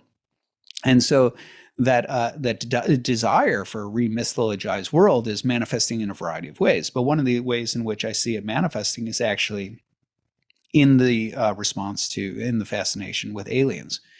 I talked about, again, hearkening, sorry for the continual plugs, but I did talk about this there. In the second episode on the nuns, one of the things I talked about is this sort of epistemological feature that you see in people like, William James and then also Peter Berger, where William James talks about live and dead options, that epistemologically there's certain people who, if you were to pitch them certain things, right, certain concepts or ideas like the stars determine your fate or something like that, it would just be a dead option. They wouldn't be open to that, for whatever reason. Maybe it's related to their culture, maybe it's related to materialist instincts, whatever it may be, but it just wouldn't resonate, right? They'd be like, oh, that seems obviously false. Now, one of the things that James points out is that we oftentimes mistake these sort of reflexive responses for reason, right? As if that is some sort of litmus test that tells you whether it's reasonable or not. But it actually says more about you and me, right? Whether or not this is a sort of live or dead option, right? He really uses the analogy, I think, of like wires, whether or not it's open to, carrying a current or not. And so certain things they just won't carry a current for us. And Peter Berger talks about similar sorts of things when he's talking about in his book Rumors of Angels, the first half of which is great. He's talking about cognitive minorities and the ways in which our beliefs are oftentimes, or the parameters of beliefs are oftentimes formed by our surrounding culture, by what everybody knows, and things like this. And he talks about the phenomenon that when somebody discovers they're in a cognitive minority, they end up, sort of going into a crisis, right, of belief as a result, which forces them to either abandon the belief or hide the belief or proselytize in favor of the belief. And the third is the, least likely option. And he uses the example of, belief in right, that the stars determine your fate. And he says, somebody comes over to the U.S. Who believes that, and then they come here and they find that, most people don't believe that, and they would go into a crisis of belief because they're a cognitive minority. And Berger says, well, you might say, but they should, right? Because that's ridiculous. But he says, but the thing is, what we see with anthropologists over and over again is that when you transplant somebody from the U.S. to a different culture, they too go into the crisis of belief. So we send you over to the culture where, they believe that the stars determine your fate. All of a sudden, you being the cognitive minority will go into a crisis of belief over that, right? Maybe you're wrong. Now, what's the point of this? Well, Berger does not say this in order to say that belief is totally relative. What he's pointing out is something that's very similar to James, which is to say that in many ways, oftentimes what happens is our parameters of belief, what is a live and dead option, what we think is viable or not, what we think is reasonable or not, is set not by reason. It's sort of a pre-volitional instinct that's laid out based on the culture and certain cultural priors of what's viable and what's not. And that's one of the reasons why Berger is suggesting what you really need to do is you need to put that in check and recognize that maybe those priors are actually wrong, and you should be open to certain things that you wouldn't otherwise be open to, and scrutinize those sorts of things. Now, the thing that I brought up in the context of that second lecture on the nuns, and this is where we get to the aliens part, is that there are a lot of people in Western culture. Joe Rogan is a good example. He's the one that I actually used in referencing that, who they sort of just have these priors, these sort of like Jamesian, or Berger-like priors that are just like, I just can't believe in spirits. I can't believe in God, right? I can't believe in anything that's not material. They just sort of, they have this default sort of modernist, materialist, scientism, disposition to think that the only things that are real are what you can see and taste and touch and all the rest. And so for that reason, they have a real hard time sort of crossing over that threshold into talking about spirits or talking about God. But what's interesting is that in those contexts, you see that they'll be very open to conclusions that offer something similar to God, but it's material. Here's what I mean. So I remember seeing a clip where Joe Rogan is talking to somebody, and they're talking about evolution, and they're talking about the Homo sapien development and the idea that we're too far advanced in order to have naturally developed and things like that. And so he's sort of building the case for the idea of what? Well, alien seeding, the idea that somehow our species had to be designed and planted here and so on. Now, what's interesting is that's basically an intelligent design argument, right? What you're actually suggesting is you're sitting here and you're saying, that there's something about the design of the world that can't be happenstance. There's something about the advancement of a species that can't be happenstance. It has to be engineered by an intelligence because it can't be brought out through natural processes. And yet, the thing is, if you went through that argument with Joe and you said God, he'd probably be a bit skeptical. So you can see this, for example, if you contrasted, I think it was, who's the intelligent design guy? I think it was Stephen Meyer. It wasn't Michael Behe, right?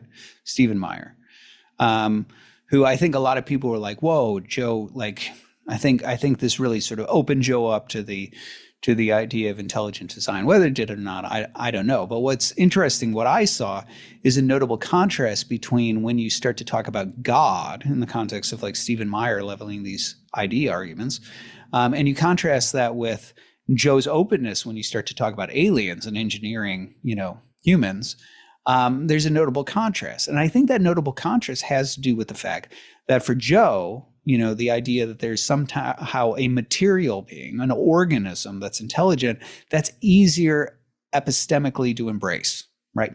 That Joe having these sort of materialist, empiricist sort of tendencies, the idea of an alien is more comfortable, is more palatable, right? Is easier to sort of grasp and grab onto than God. And I think this is the sort of thing that is part of the appeal of the scientism crowd, right? That what you're starting to see that humans intuitively, right? We have this sort of natural disposition, this spiritual side of us that hungers for spiritual realities. And so I think what you start to see is that as people, sort of run the course of materialism, they still long for some sort of higher reality. And so what you start to see happen is this hunger for, a re-mythologized world in certain corners is starting to be paired with aliens. So now all of a sudden we have like lore that's emerging where there's entire, species of aliens like the Greys versus the, I don't know enough about the different ones, but, but the idea being that there's certain aliens that are good, and those are kind of like angels, and there's certain aliens that are evil, those are kind of like demons. And then the aliens, oftentimes they have some sort of purpose, right? That they were our creator and that they're moving towards some eschatological hope, right? There is some sort of purpose that they have for the human race. And there's this hope for this return of our maker. And you start to see this sort of mythologizing happening with regard to, with aliens, where it starts to develop into a sort of quasi-religious lore. And I hesitate to even say quasi-religious, because at least my encounters and my experience of this shows that it's actually sort of moving into the actual overt religious side of things. So what I do see happening is I do know of at least one fellow, off, in Arizona, I think it is, who's like engaged. He's basically like doing a desert father type thing where he's trying to commune with the aliens, right? He's going off and meditating and he's trying to like telepathically like engage with the aliens as if he's like praying to them or something like that.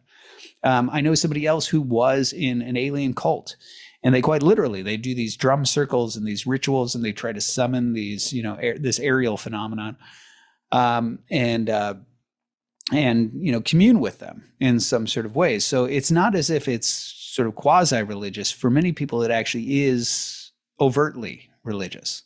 Now, this is where you get into some other really weird territory with it, because one of and I don't know how well known this is. I'm definitely looking for, I'm going to try to get somebody on who I can talk to who is better studied on this than I am. But my casual observation is this. It seems that there is a common, there's several things that are interesting. Like one is that there are actually quite a few alien stories about people who are regularly abducted. And you see a couple of patterns there that are noteworthy.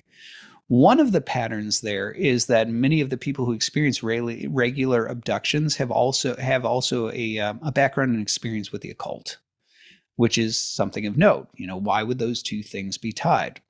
A second thing that is also an underappreciated, I think, feature of a lot of these alien stories is that there are actually people who, after they sort of get religion or they talk with somebody who is a Christian or something like that, and they are told that maybe, somebody who's experiencing regular abductions, maybe you should go ahead and ask them or bring up the name of Jesus or something like that, that somehow invoking Christ actually makes the encounters stop. So I do know of one person, I'll hide the name, but who had these sort of regular experiences where there would be like these portals that open and these things that he interpreted as aliens that would, come and, sort of abduct him and so on. And I know specifically who encouraged him to consider, somehow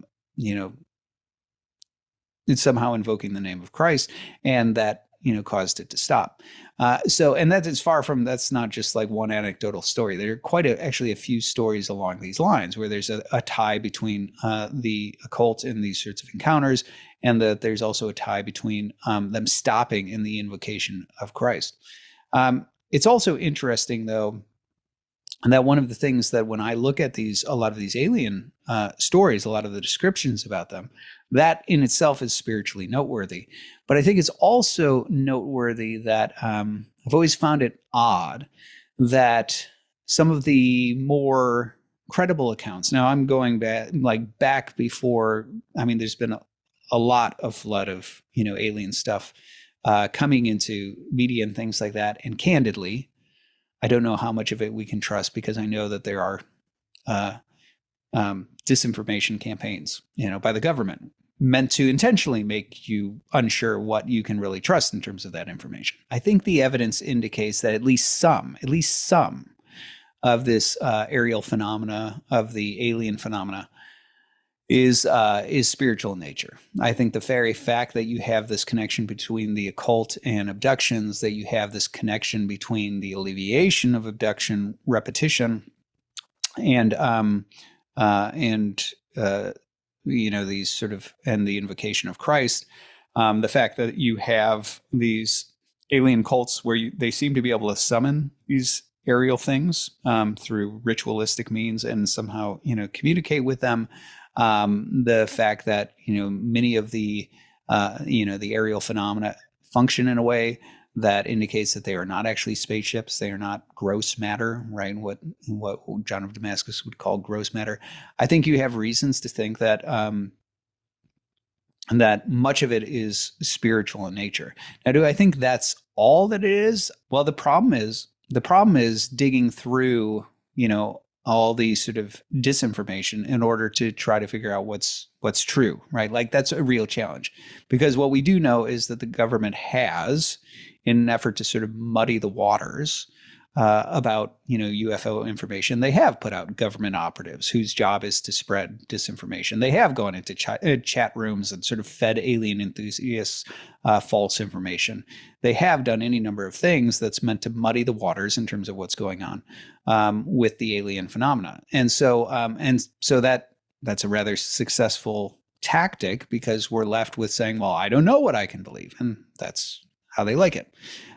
So I would also, though, point out, so Michael Heiser is somebody, the late Michael Heiser, Father DeYoung and I talked a little bit about him in our interview. But Michael Heiser's work, he actually was, even though he's an Old Testament guy, and I don't endorse everything that Heiser thinks, take it with a grain of salt, but he has some solid research and some interesting ideas and things like that. His work on aliens, he was an alien enthusiast, and his work on aliens is actually rather interesting. And there's a documentary on YouTube, I wonder if we can link to it if I can find it, that where they interview Heiser, and he starts to talk about his investigation of the different alien case files and things like that. So, and his findings, which I think are, I think they're broadly accurate. Yes, he talks about the spiritual dimension, just like I did. He also talks about a number of, the government disinformation campaigns, and the indication that good reason to think that many of these sort of supposedly alien, events are actually related to secret government experiments, MK Ultra style type stuff. And then also, he also talks about this sort of odd and deeply troubling thing, which has to do with the parallels, the number of points of parallel between satanic rituals and abduction accounts. So anyway, all that's to say is, in terms of the alien phenomena, am I open to the idea that there could be creatures on another planet, right, that God has made more, organisms than just what we have on Earth? Sure. On that broader question, which is a much longer discussion, I would just say that my views are largely, in keeping with what you would find in somebody like C.S. Lewis. So there's an essay he wrote, Religion and Rocketry, which is one essay that you can see for some comments related to that. And then obviously there's his Space Trilogy, which I think is marvelous and explores, even though I don't think that's not Lewis's view of the cosmos per se, it's still sort of a theological exploration of the ramifications of there being other intelligent species and things like that on other planets. And so anyway, that would probably be a longer discussion than what we want to have here. And I would point you to Lewis if you want to dig into that, while you wait for me to do an episode related to that sort of thing. So we'll see. But on the question of whether or not I think the sort of phenomena that is occupying the consciousness of people here that we typically talk about as aliens, that would be my assessment, there. So that's what you got, right? That's what you got. I think a lot of it is spiritual. I think some of it is government, and I think there's a lot of disinformation, and it's tough to sort out. And so we shall see. We shall see. All right, what do we have left? I feel like we're running, short on time, and I should start to wrap up. I see two more questions here. The first one is vampire and Christian symbols then and now. Okay, well, this actually, didn't I talk about this? I didn't talk about this, or did I talk about this? Because I remember I said something about vampires in the werewolf episode. I'll keep this brief, I think, which is to just say that I will say this. One of the things that, and forgive me if it's redundant from the other episode, but when I hear this prompt, like part of what I think about largely is the ways in which vampires, if you look at like Bram Stoker's Dracula, right, what you see is that the picture of the vampire was not something that is particularly attractive or sexy. The immortality that the vampire represents is a living death, right? Hearkening back to what we had talked about the images of Hades, of paradise, of hell, right? These sorts of things, where those are primarily spiritual conditions. There's a sense in which the vampire does, in this older form, represent a certain condition that is horrifying, right? It is a type of immortality that is not really life, right? It is a shadow of a life. And it's also interesting that the connection, with the sacred, to harken back to what we talked about. We've already talked about divine energy, and we've talked about holy water and things like that. I'm presuming that's what it means when it talks about Christian symbols then and now. It's interesting that, of course, the weakness of the vampire had to do with the cross, right? The crucifix. You also had holy water came into play there. And so you had this sort of sacramental picture related to the vampires. And I think that was indicative of the fact that they are representative. And I think the original lore is largely representative of the demonic, right? Of this sort of living death that's there. And I do remember, by the way, just on that one, kind of a funny thing. I did think, man, if I was a vampire, I'd go like find a Baptist town, right? Like some place where they don't believe in crosses and holy water. I mean, what would they have to work with? Anyway, so I do think, I am thinking about like, what is it? What is the one book? The Anne Rice book, Interview with a Vampire, right? That was the Anne Rice book, and then movie. I do think that one actually did sort of, capture in some ways some of that sort of horrifying nature. Now, Anne Rice, that book does sort of toy with, you do have a polarity, right? There is a certain type of vampire within that's definitely sort of embracing, the darkness and the strength that comes with that, and they see themselves as superior and things like that. But you also have these other vampires who, that specifically have, is his name Louis in he's played by Brad Pitt in the movie adaptation of it, who has a particular sort of distaste, for the idea. He doesn't want to drink human blood, and he still has sort of this remnant of human consciousness and there's this sort of awareness of this like horrifying state that he's in, this sort of living death. And so anyway, I do think that in terms of the older, vampire lore then and now, you did have this sort of tendency that vampires were not meant to be a picture of anything that was desirable, something that was a sort of immortality to be aspired to, or a strength to be aspired to. There was something very hellish, right, about the entire existence of the vampire in Bram Stoker's Dracula, for example. But what's interesting is you see this metamorphosis over time, where the vampires over time start to have this polarity start to emerge. I think you can already see it in people like Anne Rice, where not all the vampires view it as this sort of like horrifying living death type thing, all the way up until you get to like Twilight. And we'll see if we get more comments on the Twilight saga and why I don't understand, novels about contemporary romance novels involving fantasies of vampires. But anyway, be that as it may, you definitely do see this change where the vampire becomes something that is sort of attractive, right? Sexy. You see this transformation of the vampire into something else, right? And I know I saw in some of the comments that because the author of Twilight is Mormon, that somehow this was supposed to be a metaphor for different types of celestial beings or whatever. Maybe, but nonetheless, you do see that transformation where part of what happens is not only do they become more and more sort of strong, desirable figures, but you also see the burgeoning mockery of the Christian symbols. So what happens is, as the culture becomes less and less religious, you also see that these vampires will be like, cross, a holy water, right? That becomes this trope now in contemporary vampire film, right? Stories where you start to see them mocking, the cross. They're unaffected by holy water, things like that. Unlike in Bram Stoker's Dracula, where there was clearly a religious connotation. There's a religious connotation to, the war with God and the origin of the vampire. There's the religious connotations of the dealings with the vampire and the contrast between this sort of darkness and the holy. One of my favorite, by the way, contemporary plays on this is in the show Supernatural. And so Supernatural is a very fun show, oftentimes gets very meta.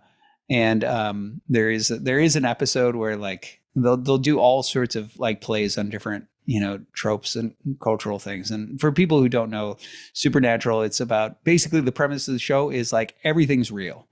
Right. Every urban legend is real. Every vampire story is real. Every religion is real. Like it's all real. And then there's this, there's always some truth to it. Right. And, but most people, you and I, don't know about that because we're protected from that by this subculture of hunters. Right. And hunters are people who know that subculture exists, and they hunt down and they kill and slay and dispel monsters and things like that. And you're following two hunters. Right. Sam and I'm blanking on the other guy's name because it's been a minute. Anyway, Sam and Sam. What's the other guy? Dean. Yeah. Sam and Dean. Sam. Right. So Sam and Dean, they're brothers, right? And their father was a hunter, right? Their mother was killed by, some demon, and, their father became a hunter trying to track down the demon, and they sort of like were brought into the, the family business, so to speak. And so you follow them. Anyway, it's not a show that takes itself too seriously. It's a lot of fun. But there is an episode where you see this like girl who goes and she's like going to meet this guy who's like all moody at a diner that she's been talking to online. And he's been writing poetry. He's tortured. Looks a lot like the guy from Twilight. And then, and he reveals he's a vampire, right? And then she's like, no, I love you, right? And she's been reading Twilight or whatever their knockoff Walmart version of Twilight is. And then anyway, basically at some point he takes her back to the nest, which is what they actually, which is where all the vampires are. And they totally like consume her. And basically the whole play on this whole thing is that there's this underground group of vampires that because the Twilight series, or their sort of homage to the Twilight series, has come out, and all of a sudden, like, teenage girls just all want to be with vampires. They're like, man, it's like shooting fish in a barrel. You just tell them you're a vampire, and they're like, oh, will you marry me? And you just take them back to your lore and you drink their blood and kill them. Anyway, that was hilarious. Not a very serious take on it, but nonetheless, okay. So getting back to the question in play here. So I do think what you see is over time you see this evolution or devolution of the symbol of the vampire, and the ways in which, as the culture becomes less religious, the vampire becomes less of a picture of this sort of shadow damnation, right? A picture of damnation and the demonic, and it becomes more a picture of self-actualization. Right. And sort of cultural rebellion or something like that. And then with that, sort of self-actualization, you also see the falling away of Christian symbols where they no longer have any sort of potency for the vampire and things like that. So, I mean, that's kind of what I'd have to say on that. What's the last thing we have here? As I think we're running short on time and should kind of wrap up. What did I just do there? I looked at my wrist like I have a watch, right? I don't have a watch. Okay. Hollywood portrayal of demonic possession, and why does God allow it? Okay. The why does God allow it? Okay, this is a good one. Okay, so we've already actually touched on the first part of this earlier. So my initial response would be that Hollywood, in terms of the way it typically follows demonic possession, there are certain things that are pretty consistent in the way it talks about it, right? The one way in which it talks about it is it's very much sort of like this outside inside type thing, where what the demon is it approaches from the outside. It tries to sort of then take hold of the person. And then once it takes hold of the person, it crawls inside of them. And now they're sort of like a meat puppet. And that's kind of the way it goes. I talk a lot about that sort of conception of the demonic in my interview with Jeff Jones and Diagnosing Demons. So you could look at that one. But suffice it to say, we've already sort of laid the groundwork for the contrast between what I would talk about as the more, the spectrum of demonic influence, and the sort of relationship between the human and the demonic that is a little less mechanical than the way it's portrayed in Hollywood. So as I said, a lot of the conceptions of how the demonic work, how the spiritual work in our Western context tend to reflect our materialist, mechanical sort of ways of thinking. So if a being is really strong because of a demon, it must be because the demon crawled inside the skin suit and, the demon's really strong and it's sort of operating the hands. Or if it levitates, it must be that the demon's like picking it up. Or if it has secret knowledge, it's because the demon is talking to it, right? It has these sorts of, these very mechanical sorts of things. And that's why there's very much an inside outside, like the demon can attack you from the outside, or it can crawl in you and like take over. And it's this very sort of binary approach to it. But I think the reality is more the sort of thing that Jeff Jones and I talked about, which is based more on the concept of energizing. And so the fact of the matter is that you and I, we are porous beings. And you can see this on the physical realm. And I think that's the right place to sort of start to get a grasp on this. You and I take in our environment. That's what I mean by porous, right? We take in our environment, and that environment affects us. So if the air we breathe is toxic, we start to, feel sick. If the water we drink is toxic, we feel sick. If the food we eat is rotten, we feel sick.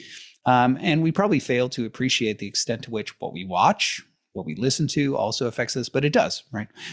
So we're porous beings, right? That external stimuli, we take it into ourselves and it affects us. And it can affect us in negative ways and it can affect us in positive ways. You eat healthy, good food and it makes you stronger, right? Water, the sorts of things you listen and watch and imbibe, you look on good things, right? These things start to sort of build you up. And so in the same way, it's not a large leap to just say, well, maybe on the spiritual realm, I'm also porous. And this is also like part of, the way reality works. And I think that's the right way of looking at it. So when you look at this, the idea is that you are surrounded, let's again return to this concept of spiritual energy. And the idea that you and I, the way the world, the cosmic organism is made such that you and I are meant to participate in spiritual energy. We're meant to participate in the energy of God. We're meant to participate in the energy of angels, of ministering spirits.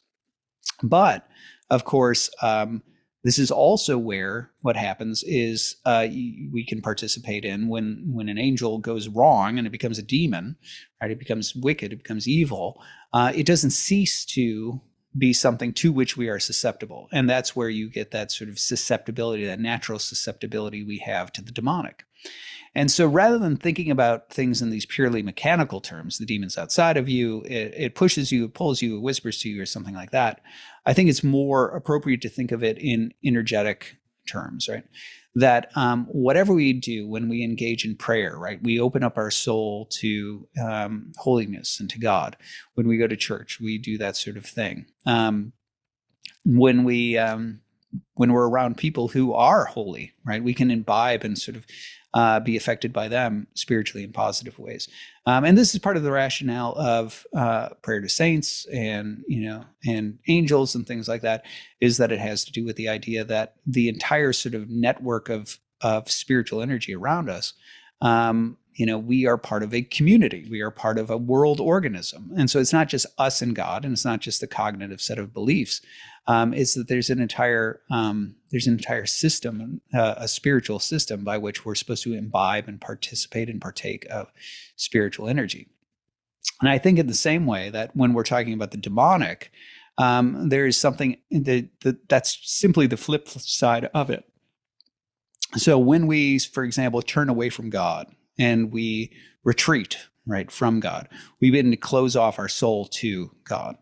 Now, if what we retreat into, right, is also something that's dark, right, we participate in, let's take something really extreme, we're participating in something like the occult, although it doesn't have to be occult, right? It could be something like porn, right? It's just like we go into something that is dark, right, like playing with the occult.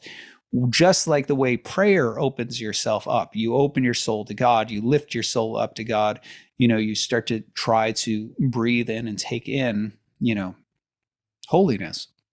So in the same way, if you're going down the road, of the Ouija board and the occult, you are also opening yourself up spiritually. You are sitting there inviting something in. And as you open yourself up spiritually, you will be greeted by things that are dark, right? Things that are evil.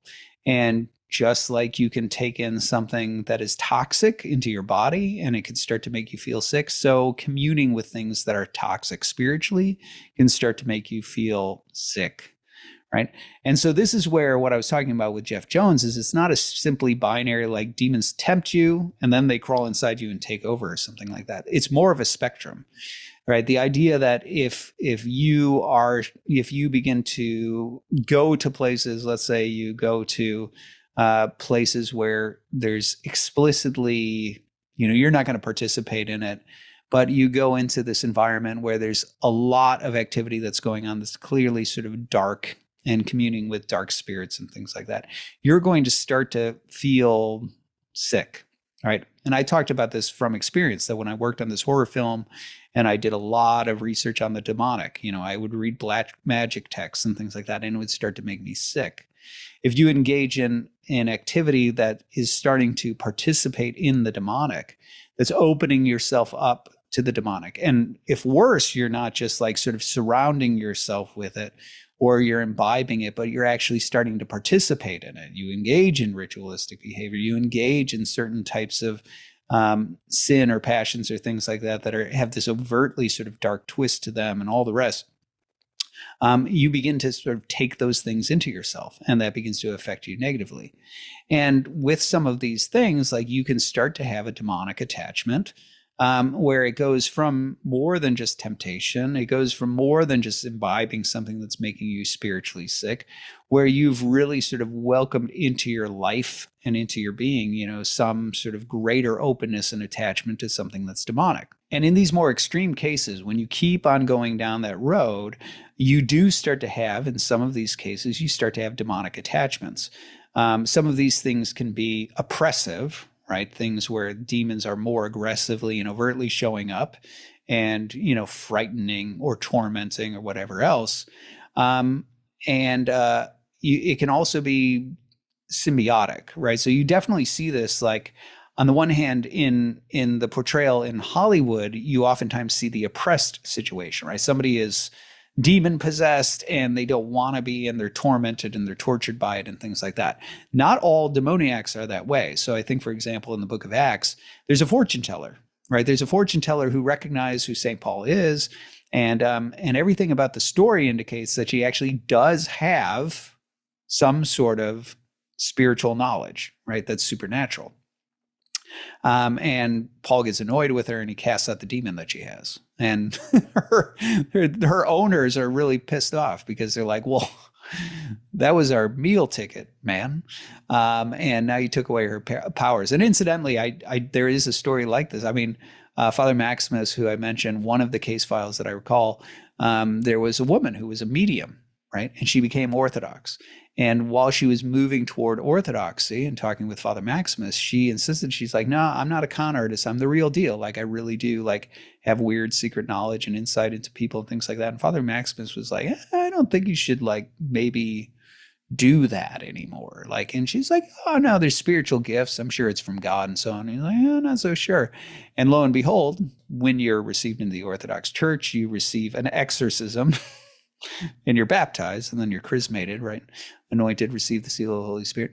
And lo and behold, her powers went away, right? So, I mean, that's not just in the book of Acts. There's other stories like that.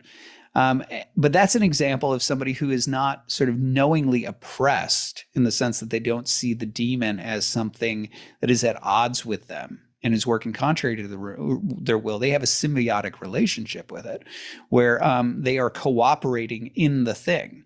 And you see other versions of this too. I mean, there's things like, if you're familiar with, hopefully you're not, but you might be familiar with things like sex magic. And that's a real thing, right? It has to do with ways of engaging in specifically occult type practices in order to have, sort of heightened sexual experiences.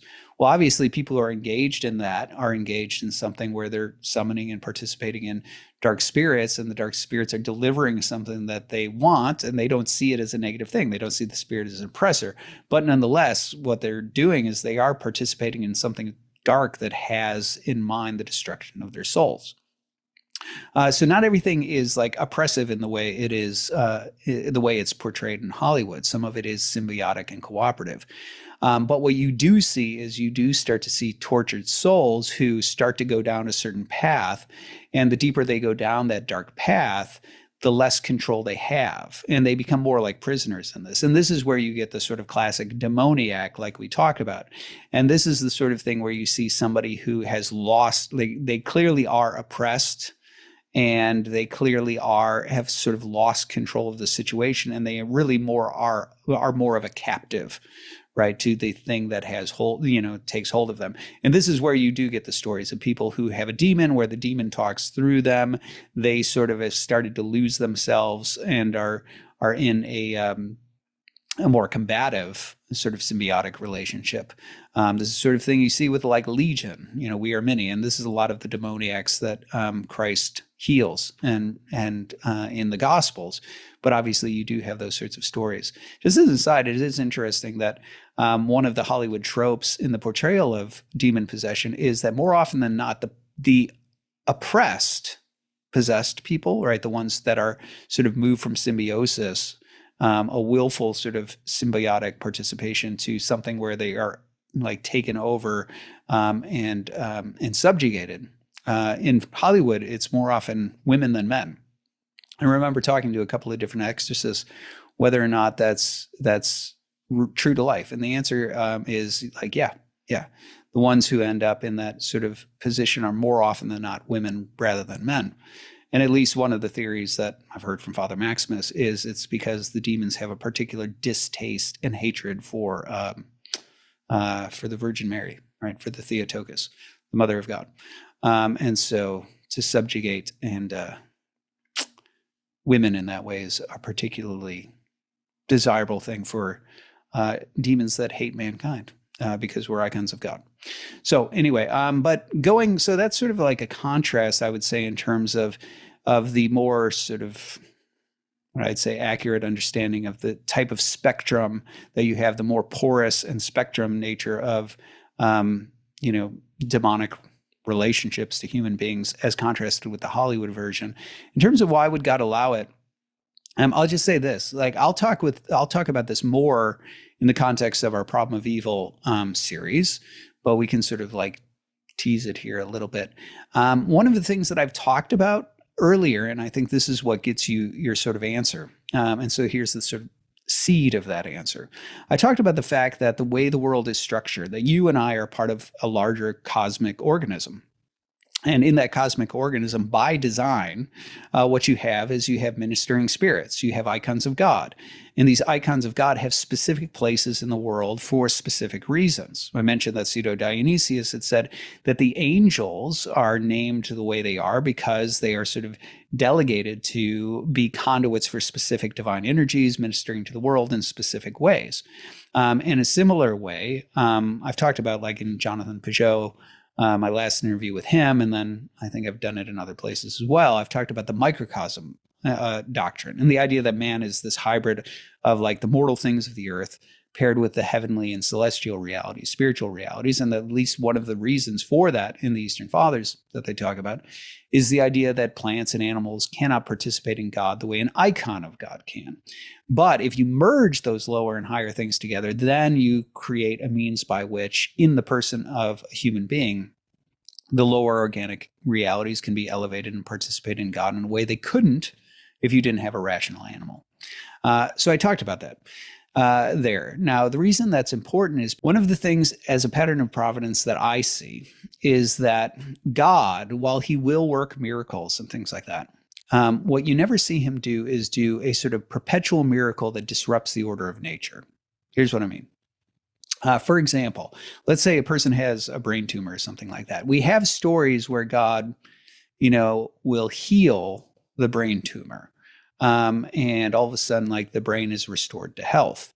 But what you don't see is stories where it's like, well, God healed the brain tumor by removing the cancerous brain, and now the person operates without a brain by perpetual miracle. That's what you don't see. So these miracles, what they do is they restore the order of nature. They heal, they bring it back to what its natural state is supposed to be.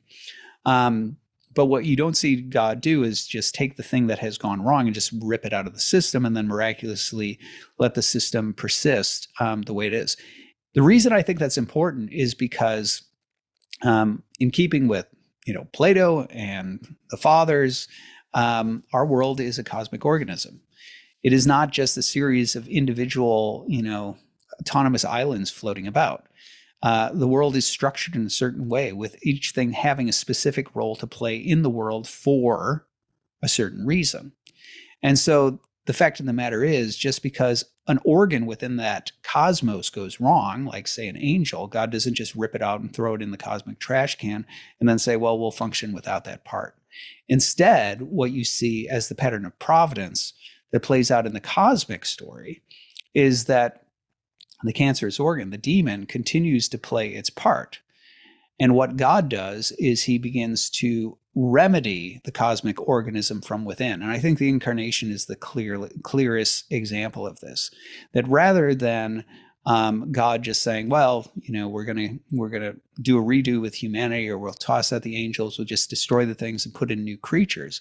What you end up seeing is, as the cosmic organism sort of becomes cancerous, And that what God does is, rather than sort of just invading by miracle and violating the order of nature, what you see in the incarnation is that God enters the organic system. He becomes a member of the organism. He becomes a creature. And he becomes that creature in order to heal from that one point, right? What Lewis calls a good infection, right? Unlike a disease that spreads through the body, this is meant to be good infection, healing that spreads throughout the body. And so he invades the organism at one point by becoming part of the organic system.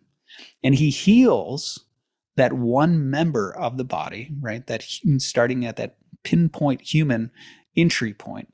He heals that, restoring, redeeming, and bringing the human back to its proper formation, and then offering that as an entry point that others who can come into that and participate in it and imitate that, right, through the hospital of the church, they can begin to be healed and restored, and that good infection can begin to spread throughout the cosmos. So looking at the longer picture of the redemptive story, what you see is the organism is created to be one way. It becomes cancerous. The creator enters that organism from its cancerous state, begins the good infection, which begins to spread throughout the cosmos, right? Through the people of God, through the redeemed, through the saints, the good angels, and all the rest. And yes, the cancer goes to war with it, right? But ultimately, as the story plays out, the ultimate end of that is that the whole organ ends up healed and restored and brought back to the sort of health that it was made to have from the first. So I think that's a good place to end. I'm Nathan Jacobs, and this is the Nathan Jacobs Podcast. Hey, everybody. Thanks for watching. Thanks for listening. If you haven't done so already, please go ahead and follow, subscribe, hit like if that's an option on whatever you're listening to. All that sort of stuff really helps us out here. So I greatly appreciate your support.